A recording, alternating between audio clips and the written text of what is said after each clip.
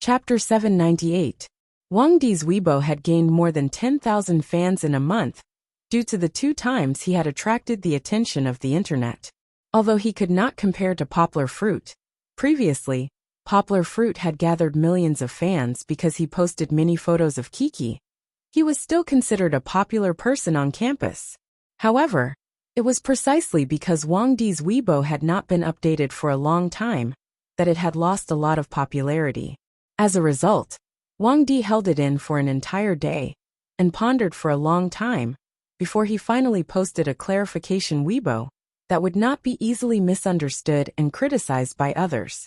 In the end, only 1,000 people reposted it after a night had passed. Of course, according to the logic of the internet, the 1,000 people tonight would have more than 5,000 reposts tomorrow, and 20 to 30,000 the day after tomorrow. Then, the index would rise and finally cause a stir on the internet. One must know that Wang Di's Weibo had dragged Poplar Fruit out and told everyone that Poplar Fruit was Feng Beibei's boyfriend.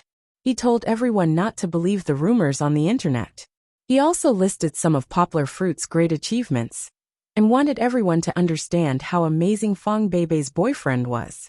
Many people had already linked Poplar Fruit with China's #1 male model, who shone in Bali Fashion Week. However, because Wang Di did not post the photos, everyone was still vague and uncertain. If things really developed according to the original trajectory, then the internet's popularity of the genius couple that had just subsided would probably start to boil again. However, the world was full of all kinds of coincidences and changes. Even Wang Gugu, who was fighting for the headlines in the future, was not defeated time and time again. In the end, the netizens could not stand it anymore and teased him to make the headlines. Wang Di's Weibo encountered the same situation. It only became popular overnight, but the next day, it was squeezed into a corner by the overwhelming news on the internet and the media. Everything started with a phone call in the middle of the night in Gaumi County. It was a call from Sweden. At night, a small bungalow in Gaumi County was brightly lit.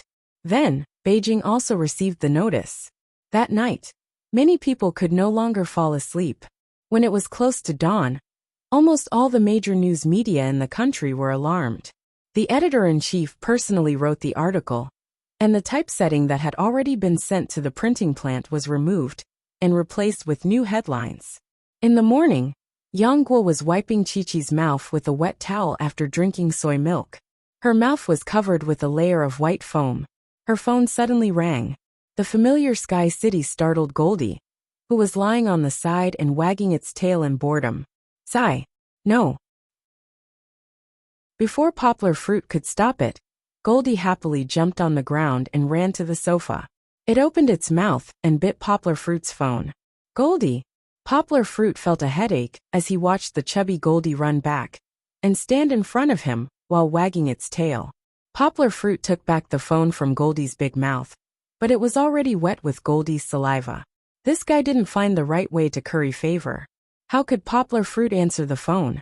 Seeing that her father's eyebrows were twitching, and he was about to lose his temper, Kiki hurriedly stepped on Goldie's back and got down from the chair. She stood in front of Goldie, raised her head and said pitifully, "Papa, don't hit Goldie." Poplar Fruit just wanted to kick this guy and tell it not to bite things in the future.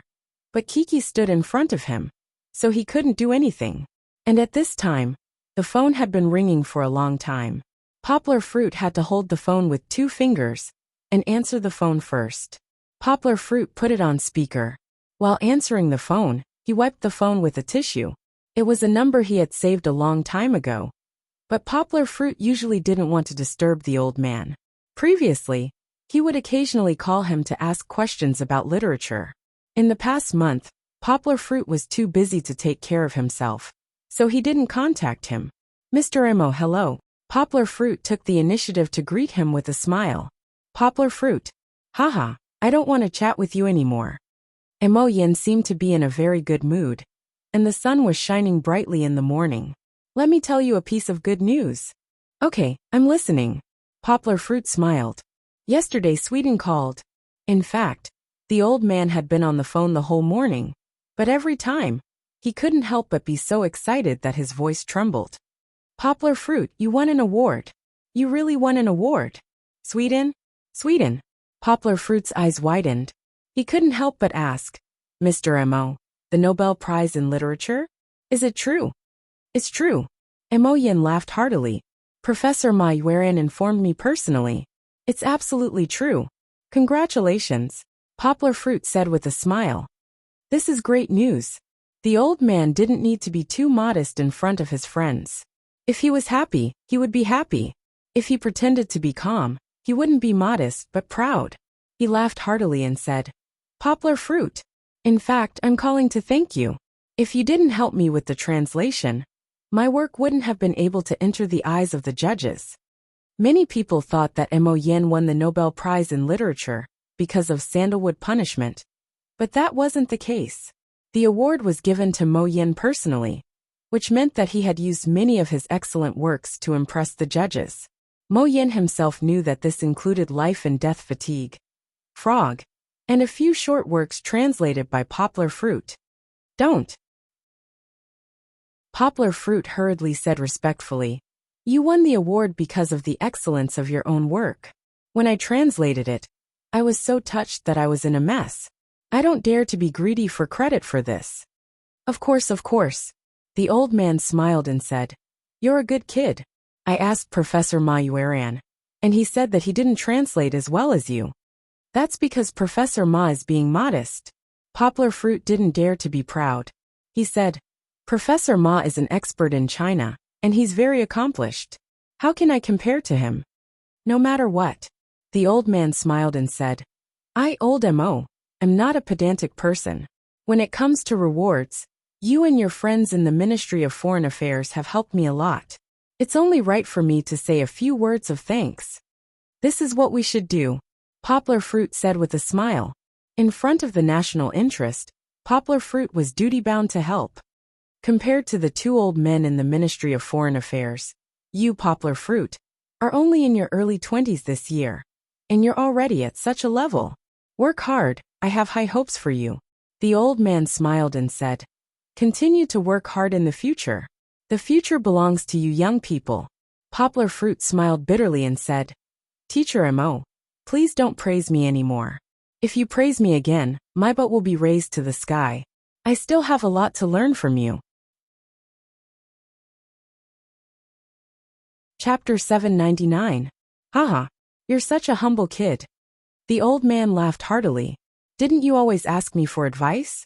Since you're calling me teacher, I'll promise you that you'll be my student from now on. Don't think that old Master Mo Yin was too proud. Even before he won the Nobel Prize in Literature, old Master Mo was a master of literature in the country. He had won many awards in the country and abroad. The number of people who wanted to be his disciple could line up from Gaomi all the way to Beijing. The old man was a low-key person, and he rarely took in students. Until now, no one had seen any of his students showing off in public. Poplar Fruit was overjoyed. He quickly said, Teacher, you're so nice. When will you be free? Since he was going to be a student, there had to be a banquet. In the past, Chen Zongdai stubbornly refused. What do you think? The old man smiled. How could I be free recently? The news hasn't spread yet. Look, the phone at home hasn't stopped ringing. Poplar Fruit smiled. He understood the troubles of being famous. He smiled and said, Okay, when you're free, I'll visit you and give you a gift.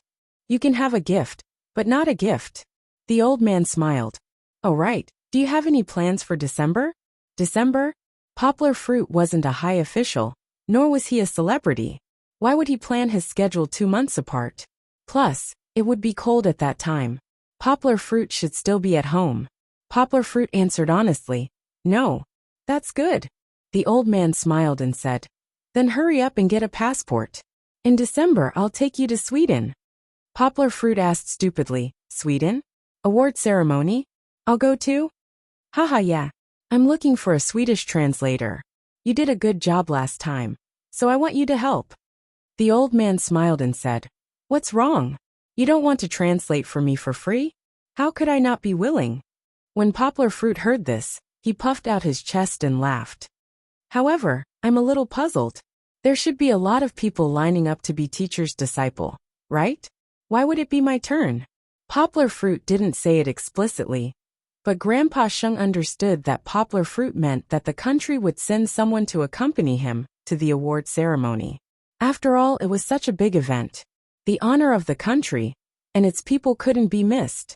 However, the old man said calmly, "It's not up to them to do whatever they want. I believe that we can still make the decision to appoint a translator." The old man laughed and said, "Of course, they will say that you are inexperienced and not strong enough. Poplar fruit, let me ask you, if you were to have a fair fight with those disciples from the Ministry of Foreign Affairs, do you have the confidence to defeat them?" Poplar fruit had never considered this question, and he had never seen how strong the disciples from the Ministry of Foreign Affairs were. However, Poplar fruit was confident in his own strength. This wasn't blind arrogance. Poplar fruit believed that his mastery of Swedish, whether it was spoken or written, was not inferior to some of the experts in Sweden, let alone those non-native speakers. Since his teacher had confidence in him, Poplar fruit couldn't admit defeat.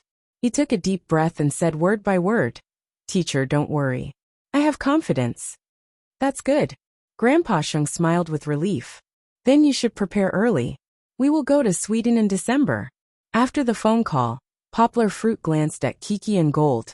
Kiki was holding her picture album and sitting on the ground, telling Gold, who was lying there, a story. Poplar fruit listened carefully and found that the little girl was telling Gold a story about a baby bear that he had told her before. She mixed it into the picture album and told it to Gold. However, Gold obviously didn't understand, and it was also very bored. It lay there with its ears drooping, like a little monster in Stephen Chow's Journey to the West. It was so annoyed by Tang Sanzang's nagging that it wanted to die. As if it felt the gaze of its master, Gold raised its head and looked at Poplar fruit. It opened its mouth and wagged its tail. It wasn't clear whether it was expressing affection or apology. Poplar fruit felt that it was the former. How could this idiot admit its mistake honestly? Poplar fruit shook his head and ignored the two little guys. He first cleaned up the table, then found a wet towel to wipe the phone a few more times. It didn't feel good to be defiled by a dog. It couldn't be wiped away. After a while the phone rang again. This time, it was Zheng Yujie calling. Poplar fruit didn't answer the phone, but he knew what she wanted to say. "What, not angry anymore?" Poplar fruit asked with a smile. He was talking about the day before yesterday when Poplar fruit came back. He forgot to tell her. Then yesterday, she somehow heard the news, probably from Xiong village. Kai Simin was still temporarily stationed there, and sent a long WeChat message saying that Poplar fruit was bad. At the end, she sent a furious emoji. After that, Poplar fruit called her and refused to answer. Poplar fruit was also innocent. Not only Zheng Yujie, he didn't tell anyone when he came back, except for his family. Song Jiwen only told him, because he wanted to drive Poplar fruit. The main reason was that he was in the limelight before, so he wanted to hide it for a while. Of course, after Zheng Yujie flipped out, Poplar fruit quickly replied to many WeChat apologies. Not to mention others, Zheng Yujie was so close to him. It was Poplar fruit's fault that he didn't say anything. However, Zheng Yujie still refused to talk to him. Now that she knew that old Master Amo had won the award, she couldn't sit still, and had to put down her anger and take the initiative to call Poplar fruit. "Angry? What's there to be angry about?" Zheng Yujie said against her heart. Her voice was still bright and unruly, but there was a bit of resentment hidden in her unruly voice. However, it was much better than the long WeChat message she sent. Poplar fruit laughed and said, "Okay, let's not dwell on it, okay? I already said that it was my fault. What a good child to know your mistakes and change." "Humph." Zheng Yujie snorted twice, indicating that she hadn't completely forgiven him. However, she said, "I'm not calling to talk to you about this. Do you know what's the big news today?"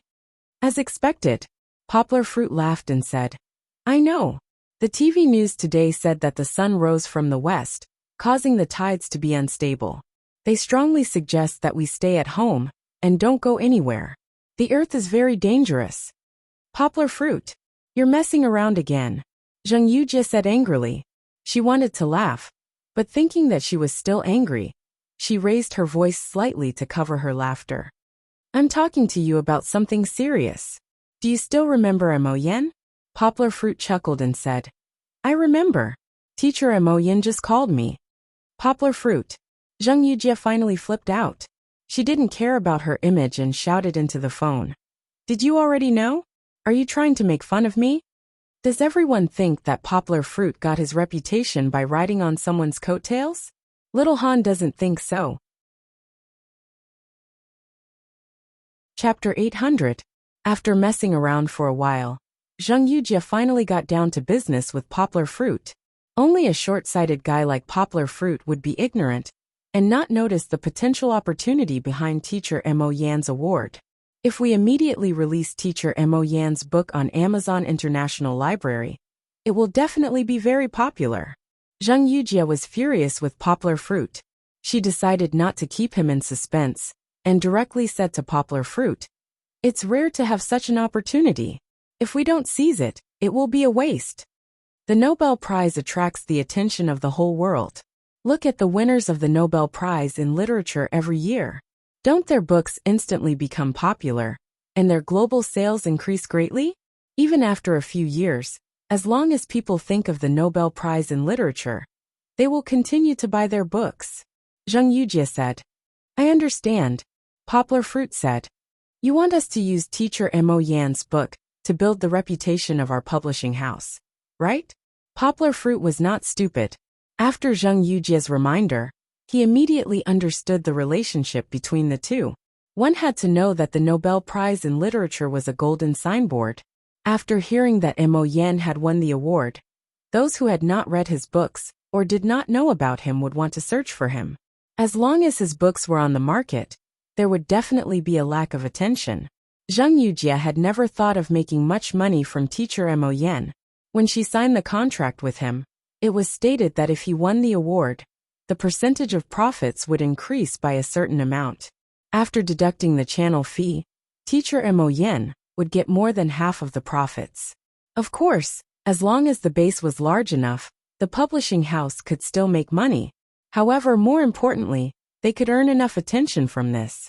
If 1 billion readers from different countries could learn about Teacher Mo Yan's books through Amazon, then 1/20th of them, which was 50 million people, would notice the publisher of these books and follow the trail. In the end, 5 million people would become their first fans. Then Poplar Fruit and Company would succeed. After all, Poplar Fruit himself had translated 5 of the most popular fantasy novels some time ago. He could feel that these web novels were actually quite attractive to Western readers. Although they did not have any obvious advantages over Western bestsellers, these novels had novel ideas and tempting plots. For the more modern Western life and fragmented reading, they were simply a cold and delicious sundae in summer. However, after Poplar Fruit handed in the manuscript, Pang Yu was not very confident. This was because she knew that the Amazon International Library was a place where good and bad people mixed together. The huge library gave their users too many choices. Their newly established publishing house could easily be drowned in the vast sea of books. No matter how good a book was, if it was not discovered, it would only end up dying in silence. Don't think that all gold would shine. Nowadays, not many people would be willing to sift through the glittering gold grain by grain. They were working hard to continue preparing, breaking in the newly established team, and then patiently waiting for an opportunity, or thinking about a marketing plan that could make a name for themselves. In the end, the surprise really came, and it came very quickly. However, at this time, Zheng Yujie was still at Dongxing Publishing in the distant capital. At this time, Pang Yu had fully grasped the overall situation of the newly established publishing house. The old staff and the new staff were breaking in. She even had to recruit and poach people everywhere. It's okay. Even if it's a rush, we have to work overtime to grab this opportunity in our hands. Zheng Yujie was ambitious. She said in high spirits, I just called Auntie Pang. She's taking action now. Although the publishing house had bought the translation copyright of hundreds of thousands of web novels, in reality, the only reliable translator was Poplar Fruit. However, the good news was that in the past 6 months, Poplar Fruit had slowly accumulated 5 books, including Sandalwood Punishment and Fatigue of Life and Death, in 10 different languages. His original intention was to use the translation to improve his understanding of these foreign languages. The reason why the books could be translated into 10 different languages was that Mr. Mo Yen had sold the English translation copyright long ago, and Sanskrit wasn't suitable for publishing. There weren't many people who could understand Sanskrit nowadays. Of course, the French and Swedish copyright of Sandalwood Punishment had also been sold. So in total, Poplar Fruit had only provided about 40 translations. That was a lot. If this number was placed in front of others, it could be said that an author wouldn't be able to translate it even if he didn't eat or drink for 10 years. The reason why Poplar Fruit was so efficient was that he had mastered the 13 languages. Whether it was translating from Chinese to other languages, or from other languages to other languages, Poplar Fruit could still do it at his fingertips. When translating a book, he basically had a comprehensive understanding of the whole book during the first translation. In the following 9 translations, Poplar Fruit was like copying and pasting. It was as easy as eating and drinking. Of course, the word count was also a very important factor. Although there were 5 books, the word count was less than 2 million words. Compared with the 5 web novels translated by Poplar Fruit, the smallest one was more than 1 for a million words, while the largest one was more than 5 million words. However, Poplar Fruit felt that translating web novels was way too easy for him. He could almost read and write at the same time, just like doing a parallel biography. It wasn't to say that web novels were easy books, but that web novels were basically a series of routines. Unlike traditional literature, one had to consider the background of the story, and the other had to consider whether the author was playing word games or not. Poplar Fruit felt that he could finish one web novel that focused on the plot of the story in a week, and that was only after spending 2 hours every night. Zheng Yujie told Poplar Fruit that the publishing house was doing 2 things. One was to quickly proofread, typeset, and design the translations of Mo Yan's novels that Poplar Fruit had handed in to achieve the best results for publication. Amazon International Library could be printed into books. The other thing was that Pang Yu would personally lead the publishing house's most elite marketing team to the US tonight to negotiate with Amazon to strive for the best marketing resources. What did Poplar Fruit need to do? He didn't need to worry about the business side. Poplar Fruit only needed to spend more time translating the remaining 6 novels that Mo Yan had provided to them, which still had English copyrights. They wanted to play a role in the second wave of marketing war. Speed was the most important thing in war. The Nobel Prize had just been announced, and Poplar Fruit felt that the world had begun to go crazy again. Xiao Han said that Mr. Mo was just an opportunity. Poplar Fruit wouldn't rely on him. He would conquer the world with his own strength. Chapter 801. While Mr. Mo Yen attracted all the attention, the popularity of Poplar Fruit in Bali Fashion Week finally died down. Although the translation work had increased, Poplar Fruit's life didn't change much.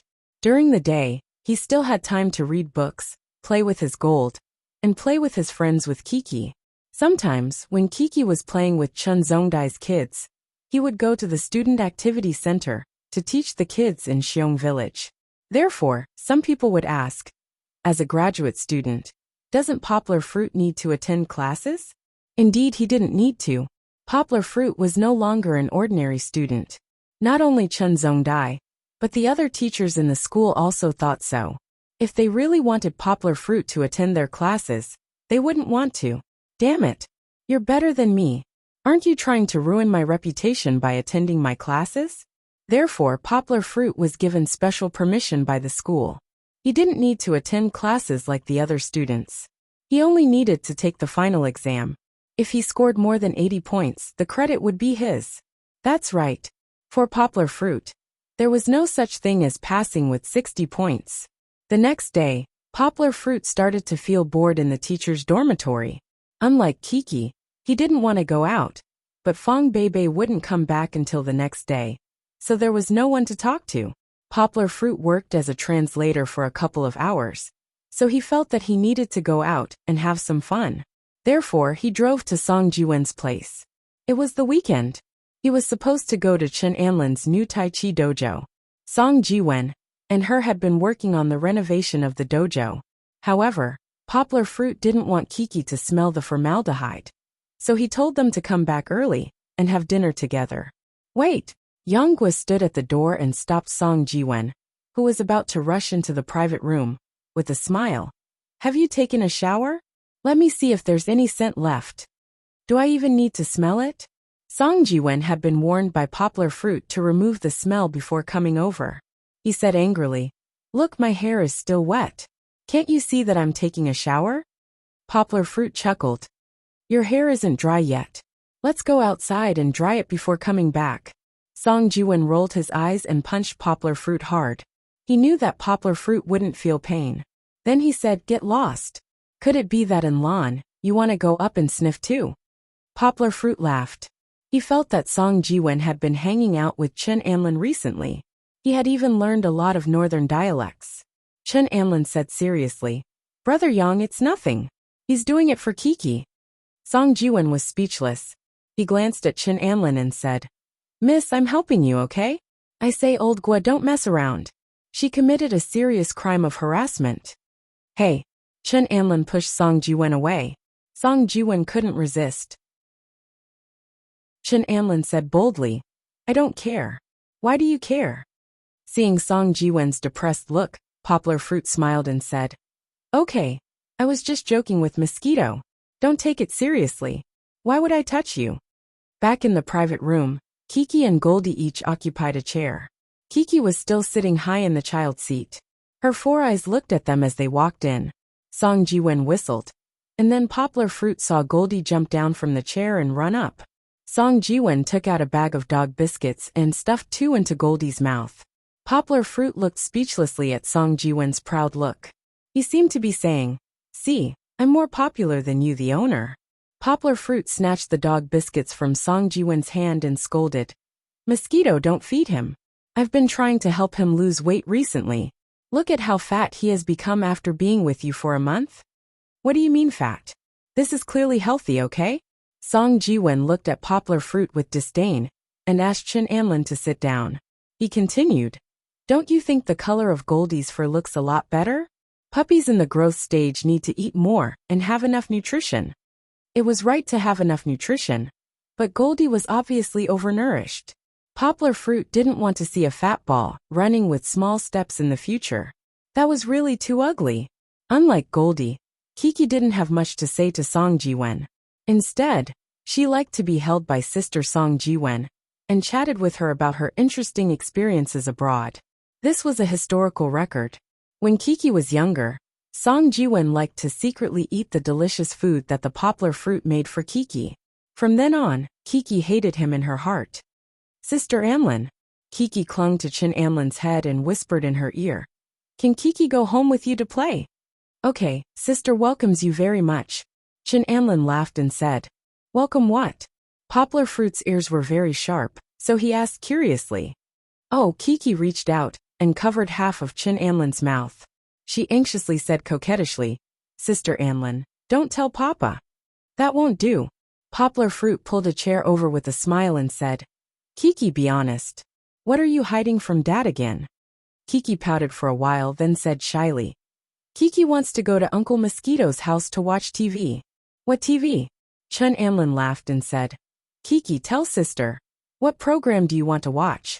Sister will help you download it on the internet, and you can watch it on the computer.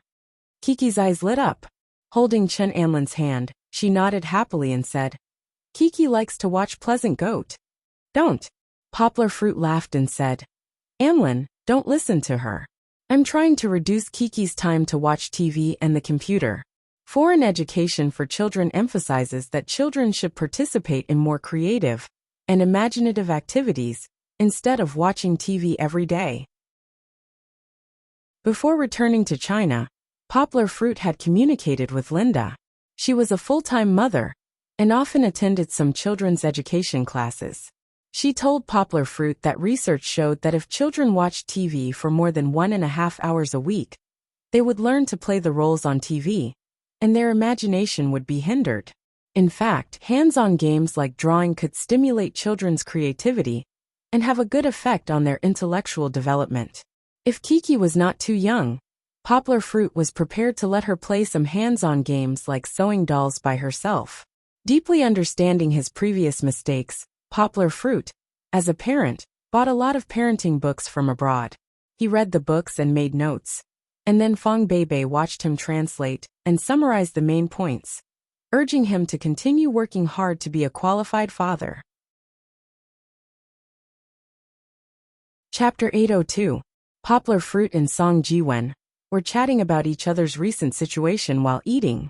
Poplar Fruit and Song Jiwen were brothers who talked about everything. He and Song Jiwen could freely complain about the troubles caused by the recent media exposure of his life. Although I have tried my best to keep a low profile, sometimes I will be recognized when I go out to buy things. Fortunately, I am not a star who has acted in a big movie, so I am not chased and blocked. Poplar Fruit laughed. Song Jiwen said indifferently, "What's the matter? Didn't you cut your hair short now? You might as well deny it and say that you are not the model Poplar Fruit." Poplar Fruit smiled and pointed to Kiki, whose mouth was full of cream, and said, "You are wrong. No matter how I pretend to dress up, it can't be helped. Because as long as people see Kiki, they will immediately connect me with the one in the newspaper. What's more annoying is that there are students in the school who come to me for autographs, and they also come to Kiki for autographs. Unfortunately, Kiki doesn't know how to write." Haha. Poplar Fruit laughed. "It's okay. As long as you don't continue to be in the limelight, no one will pay attention to you in a few days." Song Jiwen waved his hand and said, he knew that Poplar Fruit was the same as him. He was an otaku and lazy guy. Being famous was so troublesome. Poplar Fruit would definitely avoid it like a snake or scorpion. "I am going to participate in a fast game next week. I guess I can't keep a low profile." Poplar Fruit smiled bitterly. "Forget it. Let's not talk about me. When is your Tai Chi martial arts school going to open?" "It's not ours. It's in Lan's Tai Chi martial arts school." Song Jiwen corrected Poplar Fruit's mistake. "Hey, do you want to wash your hands of it?" Chen Anlin elbowed him and said, "You forgot that in the name of Wenlan Martial Arts School, Wenlan is yours. But you are a shareholder." Song Jiwen protested, but he felt that his momentum was weak. "I said to let you be a shareholder. You didn't agree." Chen Anlin glared at him and said, "Sister, I am buying a house, okay? I am not a rich person like Poplar Fruit, who can spend a lot of money. In order to be neighbors with him, I have to sell everything I have." Song Jiwen complained. Before going to Bali, Poplar Fruit told Song Jiwen that he was buying a house. This guy was stimulated and shamelessly wanted to buy a house near Poplar Fruit's house to be neighbors with Poplar Fruit. It was not as exaggerated as what Song Jiwen said. His family still had some foundation. After paying 60% of the down payment, Song Jiwen paid 4,000 yuan a month for the rest of the money, so it was not a big deal. Poplar Fruit originally wanted to lend Song Jiwen money in full to buy a house, but this guy was not willing. He said that the accumulation fund was so high that there was no need to waste it. Poplar Fruit thought that he was too proud to lend him money. "Mosquito, don't make trouble," Poplar Fruit said with a smile. "And Lan is in trouble. Will you leave her alone?" "And Lan, he is just saying. Don't take it to heart.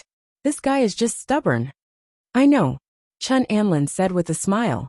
She looked at Song Jiwen and said, "You can be my part-time CEO. I can give you a salary." Song Jiwen curled his lips in disdain and said, "Forget it. You want to hire a CEO for your small martial arts club? The money you earn may not even be enough for your pocket money." Chen Anlin said with a smile, "That depends on your level. If you manage it well, I will split the money with you." Chen Anlin was a martial artist and spoke with a heroic spirit. Song Jiwen waved his hand and said, "Forget it. I don't need your money. I will help you manage it for free. Anyway, I have nothing to do." "But, didn't you say that you want to use your own theory to build a new martial arts club?" Poplar Fruit watched them bicker with a smile. Chen Anlin waved her hand and said with a domineering smile, "No matter how mighty a general is, he still needs a strategist's planning. I am the general who opens up new territory. You are the little strategist who helps me come up with plans. I have a new operating theory, and you will help me sort it out. Song Jiwon curled his lips and said, What new theory? Isn't it just using WeChat and Weibo to promote it? Let me tell you, if you only rely on this method, you won't be able to attract customers. Do you think those children who like to play and enjoy freedom will be attracted by your WeChat and Weibo? Song Jiwon said with a smile. Of course, if you invite Bruce Lee or Jackie Chan to help you shoot videos, there might be a chance. That's impossible, Chen Anlin said with dissatisfaction. She was a little discouraged. Then we can invite Brother Yang. Chen Anlin's eyes suddenly lit up. She looked at Poplar Fruit and said with some expectation, Brother Yang's skills are so good. If you record a video and send it out, they will definitely worship you. When Chen Anlin mentioned Poplar Fruit, she didn't think of using Poplar Fruit's fame. She only thought of martial arts. No problem, Poplar Fruit said with a smile. If you need my help, just let me know. That's great, Chen Anlin said gratefully. Don't be happy too early. Song Jiwon poured a bucket of cold water on her and said, Your target group is the group of students who use mobile phones a lot, but in fact they don't have the final say. In the end, whether they participate in the Tai Chi training class or not depends on their parents, mainly on their mother's face. Song Jiwon smiled and said, You may not feel this way. The children in the city participate in all kinds of training classes, and there are only a few that they like. Isn't it because their parents force them? Chen Anlin was confused by his words. She asked confusedly, Do you mean that my marketing plan will not work at all? That's not it. Song Jiwon smiled brightly and said, What I mean is that your plan has a premise, and that is, you have to deal with the parents of the children. I have confidence in dealing with the children, but I have no way to deal with the parents. Chen Anlin was so worried that her eyebrows were wrinkled. Song Jiwon stretched out his hand and played with Chen Anlin's slanted eyebrows. Chen Anlin angrily slapped his hand away. He smiled and said, It's okay if you don't have any ideas and confidence. You still have me. Song Jiwon turned his head and looked at Poplar Fruit, who was sitting on the side and was still wolfing down his food. He smiled and said, It's easy to deal with the parents and grandparents of the children. You just have to understand their interests and hobbies. Lao Gua, tell Lan, what kind of sports do the uncles and aunties like to do? Poplar Fruit picked up a tissue and wiped his mouth. He raised his head and said with a smile, What else can it be? Let's square dance. This question was really easy to answer. Recently, the square dancing incident had been in the news. Of course, there were more complaints. However, it was undeniable that square dancing had occupied the world of middle-aged and old people. Some time ago, Poplar Fruit called home and heard from his sister that his mother and father went square dancing every day. They even formed a team and prepared to participate in the competition. Little Lin Jie had been led astray by them. In a video sent to him by his sister, little Lin Jie also swayed and danced with his mother. It was really funny. Chapter 803. That's right. Song Jiwon smiled and said, Square dancing is our entry point. Are you kidding me? Chen Anlin glared at him and said discontentedly, What's square dancing? Do I know how to square dance? You're just saying useless things. You know Tai Chi, right? Song Jiwon asked. If you know Tai Chi, don't you know a few sets of health-preserving boxing techniques? My grandfather practices Tai Chi sword every day. He didn't hold back with Chen Anlin. The two of them always spoke with a little anger. You want me to teach uncles and aunties Tai Chi? Chen Anlin was furious with Song Jiwon. She was so angry that she laughed and said, My Tai Chi is used to kill enemies and defend myself. How can it be compared to your so-called square dancing? Poplar Fruit quickly mediated. He held down Song Jiwon and smiled at Chen Anlin. Lan, don't be angry. Mosquito didn't mean that. What do you mean that? Song Jiwon's voice also began to rise. He straightened his neck and said, I'm teaching her a good method out of kindness. What's with her attitude? If you want to open a martial arts club and make money, you have to put down your high and mighty attitude first. Mosquito, you're not a child anymore. Poplar Fruit stared at him and scolded. Why are you throwing a tantrum with a girl? Can't you just explain it to Enlon? Poplar Fruit smiled at Chen Anlin and said, Enlon, don't pay attention to his bad temper. In fact, he's doing it for your own good. Think about it. In modern society, how many people want to practice martial arts that no one can beat? Even if they're motivated by TV dramas and martial arts novels, not many people have the perseverance to persevere. After all, pure martial artists like you and me are very few. Chen Anlin bit her lower lip and nodded. She said, I understand what you mean. In fact, my family often says that a martial arts club needs to be down to earth. But I really can't lift my head and dance with those uncles and aunties. I always feel embarrassed. This was the pure, I understand the reason. Song Jiwen calmed down at this time. He shook his head and said, Let me tell you an example. My mom met her too. She's also obsessed with square dancing this year. I know that. Poplar Fruit smiled and said, My mother was the one who encouraged my mother to dance. She told me something. There was a young man in their line team. He was young, about 25 or 26 years old. She didn't have a high education level either. She graduated from a technical secondary school, but she had a sweet mouth and was willing to practice dancing with them. Not only that, but he also learned from everywhere. After he learned a new dance style, he came back and taught it to my mother. Anyway, my mother especially liked this young man. Song Jiwen smiled and said, Chen Anlin was gradually attracted by Song Jiwen's story. She put her elbow on the table and held her cute baby face with one hand. She looked at Song Jiwen in a daze. This young man is actually a financial manager of a bank.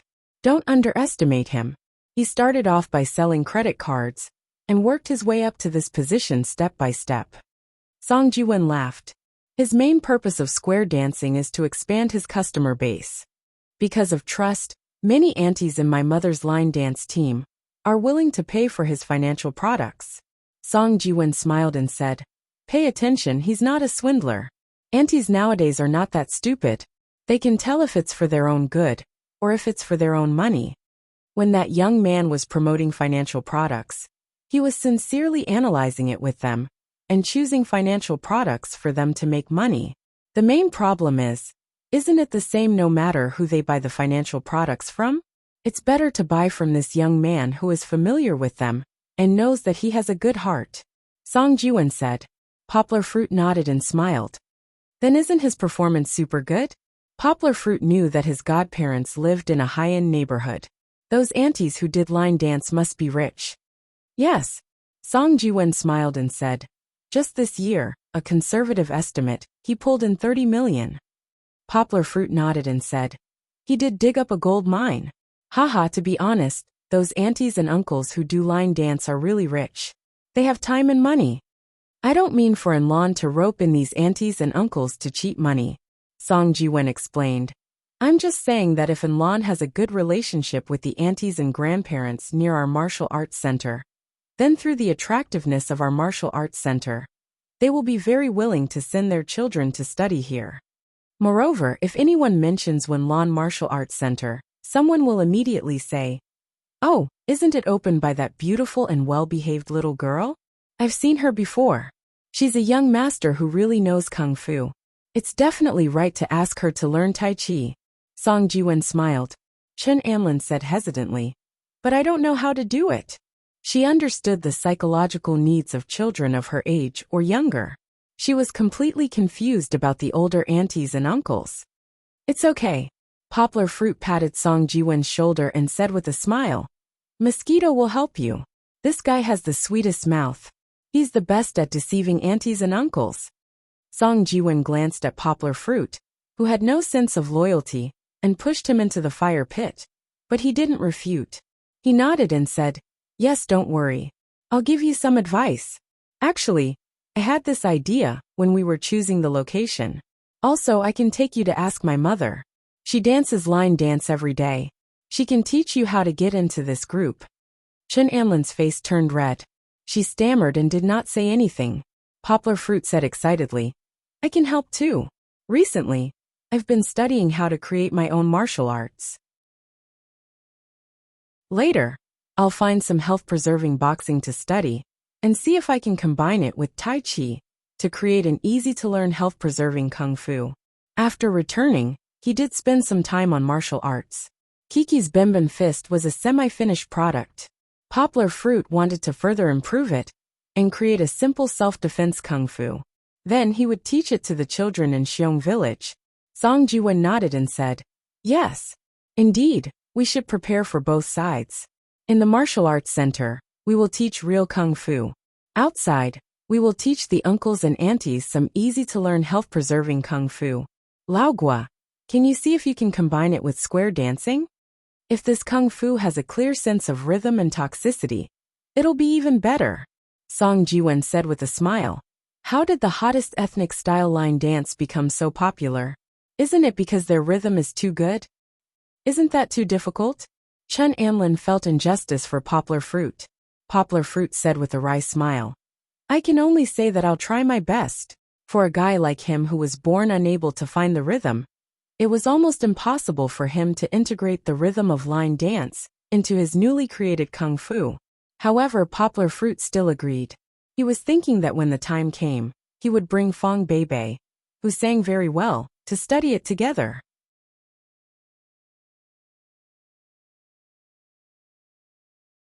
Chapter 804.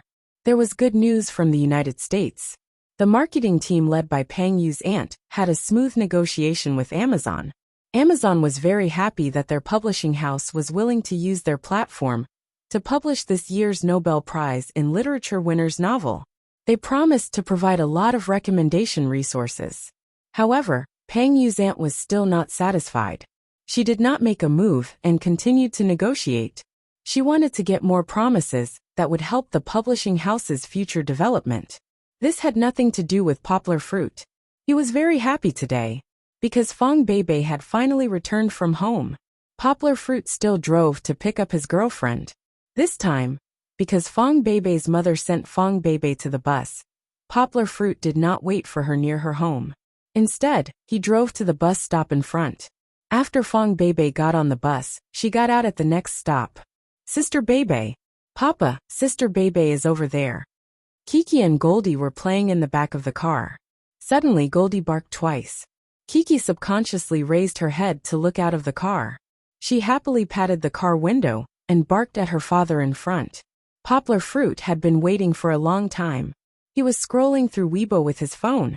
Recently, he had gained a lot of fans on Weibo, and there were all kinds of comments. Poplar Fruit simply turned off the notifications for unfollowed people. He only opened the comments section to take a look when he was interested. Recently, he had been following Old Master Mo Yan's Weibo. Old Master Mo Yan rarely posted on Weibo. Basically, he did not appear on Weibo for a year. Yesterday he posted, "Thank you to my friends on Weibo for your affirmation of me, and thank you for your criticism." Poplar Fruit knew what was going on. Recently, the public opinion was divided into two groups. One group supported him and said that he was the pride of the people. The other group did not even read the book and listened to other people's nonsense. They scolded Old Master Mo Yan's works for being vulgar. Poplar Fruit reposted Old Master Mo Yan's Weibo. However, he did not comment on it. Instead, he said with emotion, "Only real gold can stand the test of time. Teacher Mo Yan has devoted himself to literature for nearly 40 years. He has finally won the recognition of the world. We should congratulate him." Hearing Kiki scream, Poplar Fruit put away his phone and looked out of the window. He saw Fong Beibei standing at the bus stop and looking around, trying to find him. Among the crowd, Poplar Fruit only saw the pretty Fong Beibei. Today, she was wearing a slim black t-shirt with long sleeves. However, the sleeves were rolled up to her elbows, revealing her fair arms. She was wearing a pair of black pencil jeans. Her slim legs were not even as thick as Poplar Fruit's forearms. Seeing Fong Beibei, Poplar Fruit hurriedly opened the car door and got off. He walked up to her and took the two big bags from her with a smile. However, Fong Beibei only called out to him and then quickly ran in the direction of the car. She carried Chi-Chi, who had slipped out of the car at some point in time. Hee hee hee hee. Kiki grinned happily. Fong Beibei frowned and patted Kiki's butt gently. She looked at Poplar Fruit with blame and said, "Uncle, how can you be so careless? You didn't close the car door properly and got off the car. Kiki ran out. If you weren't careful, what should we do?" Fong Beibei was really angry at Poplar Fruit. It was indeed dangerous just now. Kiki opened the car door herself and stepped on the gold to jump off the car. Fong Beibei caught her on the sidewalk on the side of the road. After all, there were also cars flying around on the sidewalk in China. Poplar Fruit sincerely accepted Fong Beibei's lesson. He was also overjoyed when he saw Fong Beibei and forgot to lock the car door before picking her up. He didn't expect that Kiki, who had never shown it before, had learned how to open the car door. However, thinking about Poplar Fruit, he understood.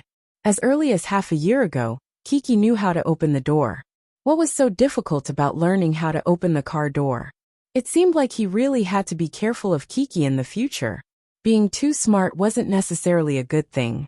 Kiki didn't have the awareness of danger like an adult. Back in the car, the unpleasant things were swept away. Fong Beibei sat in the passenger seat happily. She played with the bags in her hands and said to Poplar Fruit, "Uncle, this time, my mom asked me to bring a lot of delicious food. Originally, I said that I was going to give it to my roommate, but now that my roommate is you, you're in luck." Poplar Fruit reached over, pulled the seatbelt, and intimately fastened Fong Beibei's seatbelt. He smiled and said, "Aren't you going to leave some for your former roommate? When Shanshan saw her the day before yesterday, she was still nagging you to bring some delicious food back for her." Fong Beibei expressed her disdain for her foodie best friend. She smiled and said, "No, I'll take half of it back to the dormitory for them to eat. By the way, did I tell you? Yanni is in love again. It's normal for her to be in love." Poplar Fruit was driving and chatting with Fong Beibei. "She's also a great beauty. Although she's not as beautiful as you, there must be a lot of boys chasing after her. It's not the boys at school. I heard from Sister Hua that he seems to be a member of society, and he's almost 30 years old." Fong Beibei said worriedly, "Yanni is also moving out." Poplar Fruit was silent for a moment, then comforted her. "Wu Yanni has made her own decision, and she can only bear the risks. We can't interfere." "I know, but I'm afraid that she's thinking about it because she saw me move out." "Forget it, let's not talk about her." Fong Beibei waved her hand and said. She found a plastic box from the bag and opened the lid. Inside it were strawberries that had been washed clean. Fong Beibei smiled and handed one to Kiki, who was sitting in the back. Then, she took out another one and stuffed it into Poplar Fruit's mouth. Then, she looked at Poplar Fruit's handsome face and saw him eating with his mouth full.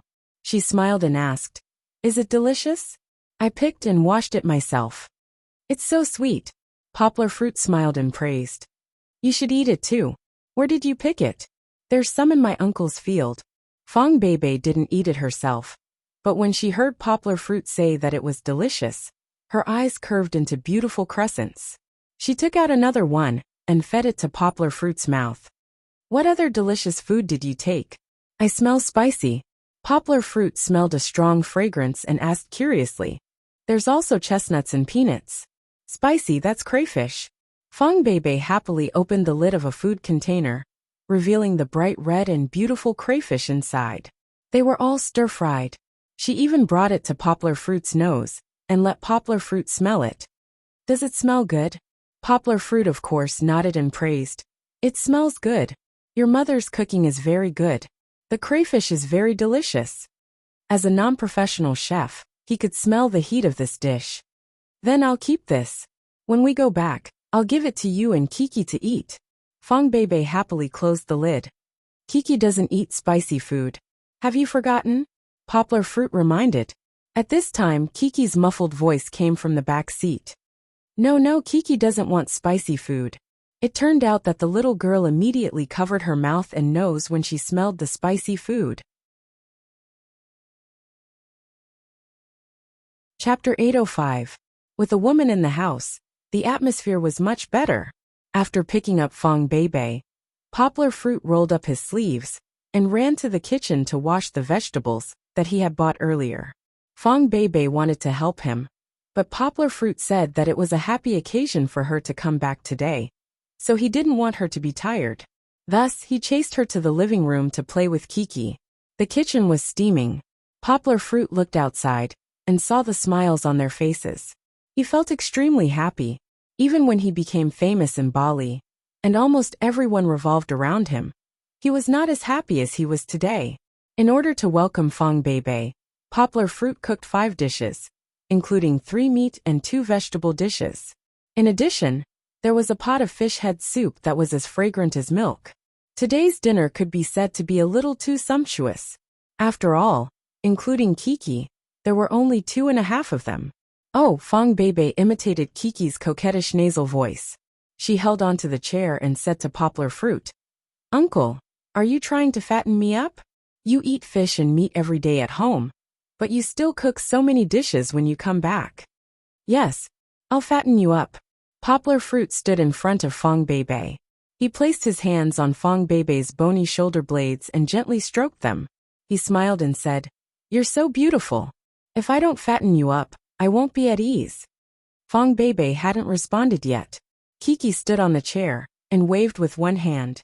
She touched her round belly with the other hand and said happily, "Kiki is also very beautiful. Papa said that Kiki needs to eat until she's full and fat, so that she can grow up quickly." Although the logic seemed to be similar, in fact, they were not talking about the same thing. Fong Beibei giggled. She hugged Kiki, but her right hand secretly pinched Poplar Fruit's waist and said, "Sister Beibei doesn't want to get fat. Girls don't look good when they get fat." Then what should we do?" Kiki hesitantly looked at the fragrant fish soup that her father had scooped out of her small bowl on the table. On one hand, it was an irresistible delicacy. On the other hand, Kiki cared a lot about her beauty. She really didn't know how to choose. Seeing Kiki holding her cheeks and sighing like an adult, Poplar Fruit smiled and said, "Sister Beibei lied to you. No matter how much Kiki ate, she wouldn't get fat. Besides, didn't Kiki exercise with her father in the morning? As long as she works hard, Kiki will also be beautiful." Fong Beibei giggled. "What are you laughing at?" Poplar Fruit pinched Fong Beibei's nose and said with a smile, "You're just scaring Kiki. I'm serious. Also, let's exercise together in the morning, okay? Don't sit all the time. It's great to run in the morning, breathe in the fresh air, and watch the sunrise. But you get up so early every day." Fong Beibei pouted and shook off Poplar Fruit's big hand. She said, "I can't do that. I'll be sleepy if I don't get enough sleep. You go to bed before 11:30 p.m. and get up at 6:30 a.m. That way, you'll get at least 7 hours of sleep every night. You'll sleep for another hour at noon. That's enough." Poplar Fruit calculated a scientific schedule for Fong Beibei. "You'll find that your mental state is getting better and better after a few days. What about you? Don't you get up at 4 o'clock? Fong Beibei asked. She had lived with Poplar Fruit for so long, so she knew that Poplar Fruit was different from ordinary people. He only needed 3 hours of sleep a day. Poplar Fruit smiled. He took Kiki over and put her on her special chair, so that Fong Beibei could have her soup and eat. He said, "After I came back, I adjusted my schedule. I'll sleep a little later at night, and then I'll wake up with you in the morning." Fong Beibei blushed when she saw Poplar Fruit's sparkling eyes. She remembered that Poplar Fruit said that Poplar Fruit thought that the happiest thing was when 2 people opened their eyes at the same time facing the morning sun, and saw each other's warm smile at first sight. Chapter 45. The fish soup was very fragrant and sweet, but it was not as sweet as the inner happiness. In Poplar Fruit's house, Goldie's food had always been much better than other people's dogs. Poplar Fruit always gave it delicious food early, instead of waiting until the end of the meal to give it leftovers. Goldie also ate in the dining room. Of course, Poplar Fruit spread out a piece of newspaper for it to eat. This guy was quite well behaved when eating, and did not spread the newspaper everywhere. Not only that, Fong Beibei also picked up some bones for Goldie to eat. It did not care if its master had eaten it before. Anyway, the taste of the bones was a delicacy to it. "Kiki, give it to me too." Seeing Fong Beibei turn around, squat down and come back again, Chi-Chi also wanted to join in the fun. She pressed down on her father's hand, remotely controlled her little spoon, and scooped out a spoonful of rice from her little bowl. However, Even though Poplar Fruit's hand was very steady, Kiki kept grabbing, and some of the rice was scattered outside. "Don't scatter the food." Poplar Fruit frowned and used his hand to push the scattered rice to the side. He would continue to clean it up later. However, her father's expression did not scare Kiki. She was still restless and wanted to look at Goldie. Goldie said, "Thank you, Kiki," Fong Bebe said with a smile. But Goldie also said that it has enough food. "You don't have to trouble Kiki." Okay. Kiki moved her small butt, sat properly, and let go of her father's hand. Fong Bebe still had a way. In the evening, Poplar Fruit and Fong Bebe sat on the sofa and used the iPad to watch variety shows and chat.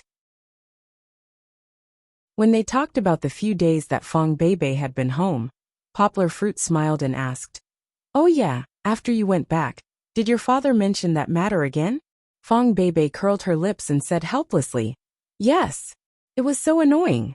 Originally, my parents didn't want to talk about me, but Uncle and his family came over for dinner and talked about my news at the dinner table. Then my father was unhappy." "Did he scold you?" Poplar Fruit put his hand on Fong Bebe's shoulder to comfort her. "He didn't scold me." Fong Bebe pouted and said with a little grievance, "He said that girls should know how to love themselves outside and not be used by others. If your reputation is ruined, you won't be able to get married in the future." Poplar Fruit smiled and patted his chest and said, "How can you not be able to get married? You can tell your father that you don't have to worry about marriage at all.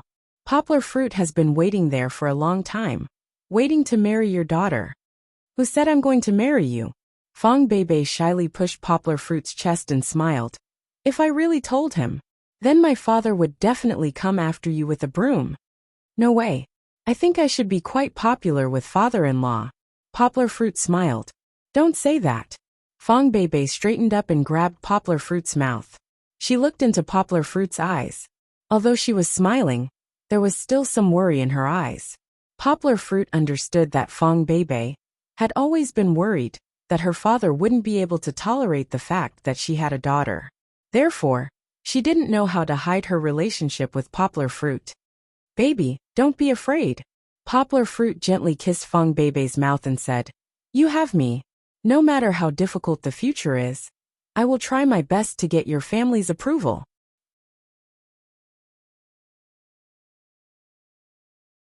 Chapter 806. Poplar Fruit didn't expect such a busy man like Uncle Sukai and Uncle Jean to come looking for him. Moreover, they were meeting at a place as classy as a cafe. "This is your sister-in-law's cafe." Uncle Jean was holding a cup of hot cappuccino as he chatted with Poplar Fruit while leaning against the fence of the children's play area. "My sister-in-law is really good at business," Poplar Fruit praised. He was quite happy to see Kiki happily playing with the other customers' children in the play area. Uncle Jin's cafe was located in the most luxurious and upscale CBD of Yangcheng. It occupied a large area and was divided into 2 floors. Even in this bustling and competitive upscale business district, Uncle Jin's cafe was comparable to Starbucks and Shangdao, which had been famous for a long time. That was because Uncle Jin's cafe had a warm theme. Customers could leisurely enjoy the quiet time in the cafe. They could also enjoy a loving couple's world. On the 2nd floor, Uncle Jean had thoughtfully set up a children's play area, so that parents who worked hard to take care of their children could have a break in the cafe. That was because their children could play to their heart's content in the children's play area. They didn't need to be in a hurry to take care of them. It was similar to fast food restaurants like Kentucky Fried Chicken and McDonald's. However, Uncle Jin's cafe was more meticulous and considerate. It was more in line with Chinese habits. "Hee, come more often when you're free. I'll ask my sister-in-law to waive the bill for you." Uncle Jean patted Poplar Fruit's shoulder and smiled. He pulled Poplar Fruit back to his seat. This time, he didn't ask Poplar Fruit out just for coffee. He had something important to discuss with Poplar Fruit. "Have you heard about the Nobel Prize in Literature?" Uncle Jean asked while sipping his coffee. Poplar Fruit smiled. This matter was actually related to him and Uncle Jean. Back then, Poplar Fruit met Mo Yen, who was Uncle Jin's mentor. "Of course, Teacher Mo called me that morning to tell me," Poplar Fruit said with a smile. "Now he is a banner of our country's literary world." Uncle Jean nodded and said, "Yes, I was also shocked when I heard the news. To tell you the truth, at the beginning of the year, I was very excited when I met that Swede with you. But deep down, I still thought that Mr. Mo Yen was just there to accompany us. I didn't have much hope. Who wasn't like that? The country had been yearning for a Nobel Prize for so many years. But hadn't it come to nothing every year?" Poplar Fruit couldn't believe it at first. He was afraid that all his efforts would be in vain. "But Mr. Mo Yen really got the award." Uncle Jean sighed and said, "You have no idea how excited the whole country is. We in the education field are still discussing whether we should include Mr. Mo Yan's essay in our textbooks." "That's impossible, right?" Poplar Fruit laughed. Although Uncle Jean was his mentor, Poplar Fruit still had basic judgment. His grandpa's books were more realistic, unlike Lu Sun's books, which talked about the righteousness of the country and read about red sorghum. Such a heavy novel wasn't suitable for primary and secondary school students. "Yes," Uncle Jean smiled and said, "but this is their problem. It has nothing to do with me. When I saw the news, I thought of you and thought that you're going to be rich. You're Mr. Mo Yan's chief translator." "No, I'm not the chief translator." Poplar Fruit waved his hand and said with a smile, "I'm just one of the many translators. Anyway, you've contributed a lot," Uncle Jean said.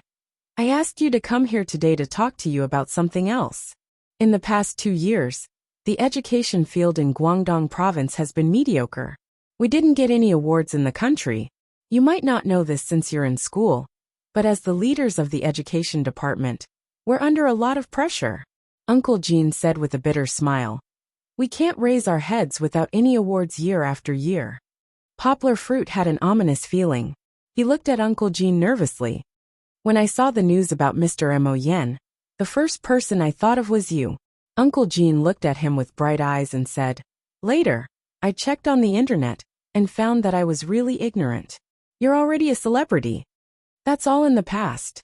Poplar Fruit shook his head and said, "Uncle Jean, you know me. You can choose to remain silent, but you can't deny the glory you've achieved."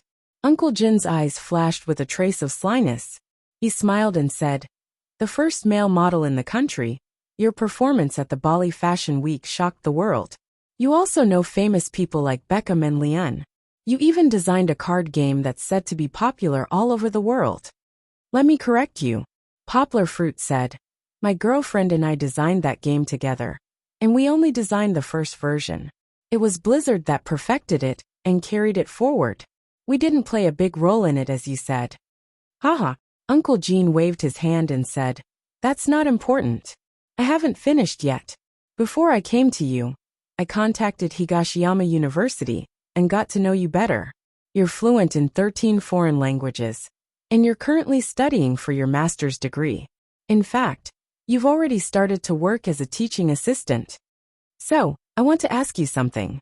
Uncle Jean knocked on the table and said with a smile, "Poplar Fruit, where can I find another college student as awesome as you?" Uncle Jean even cursed.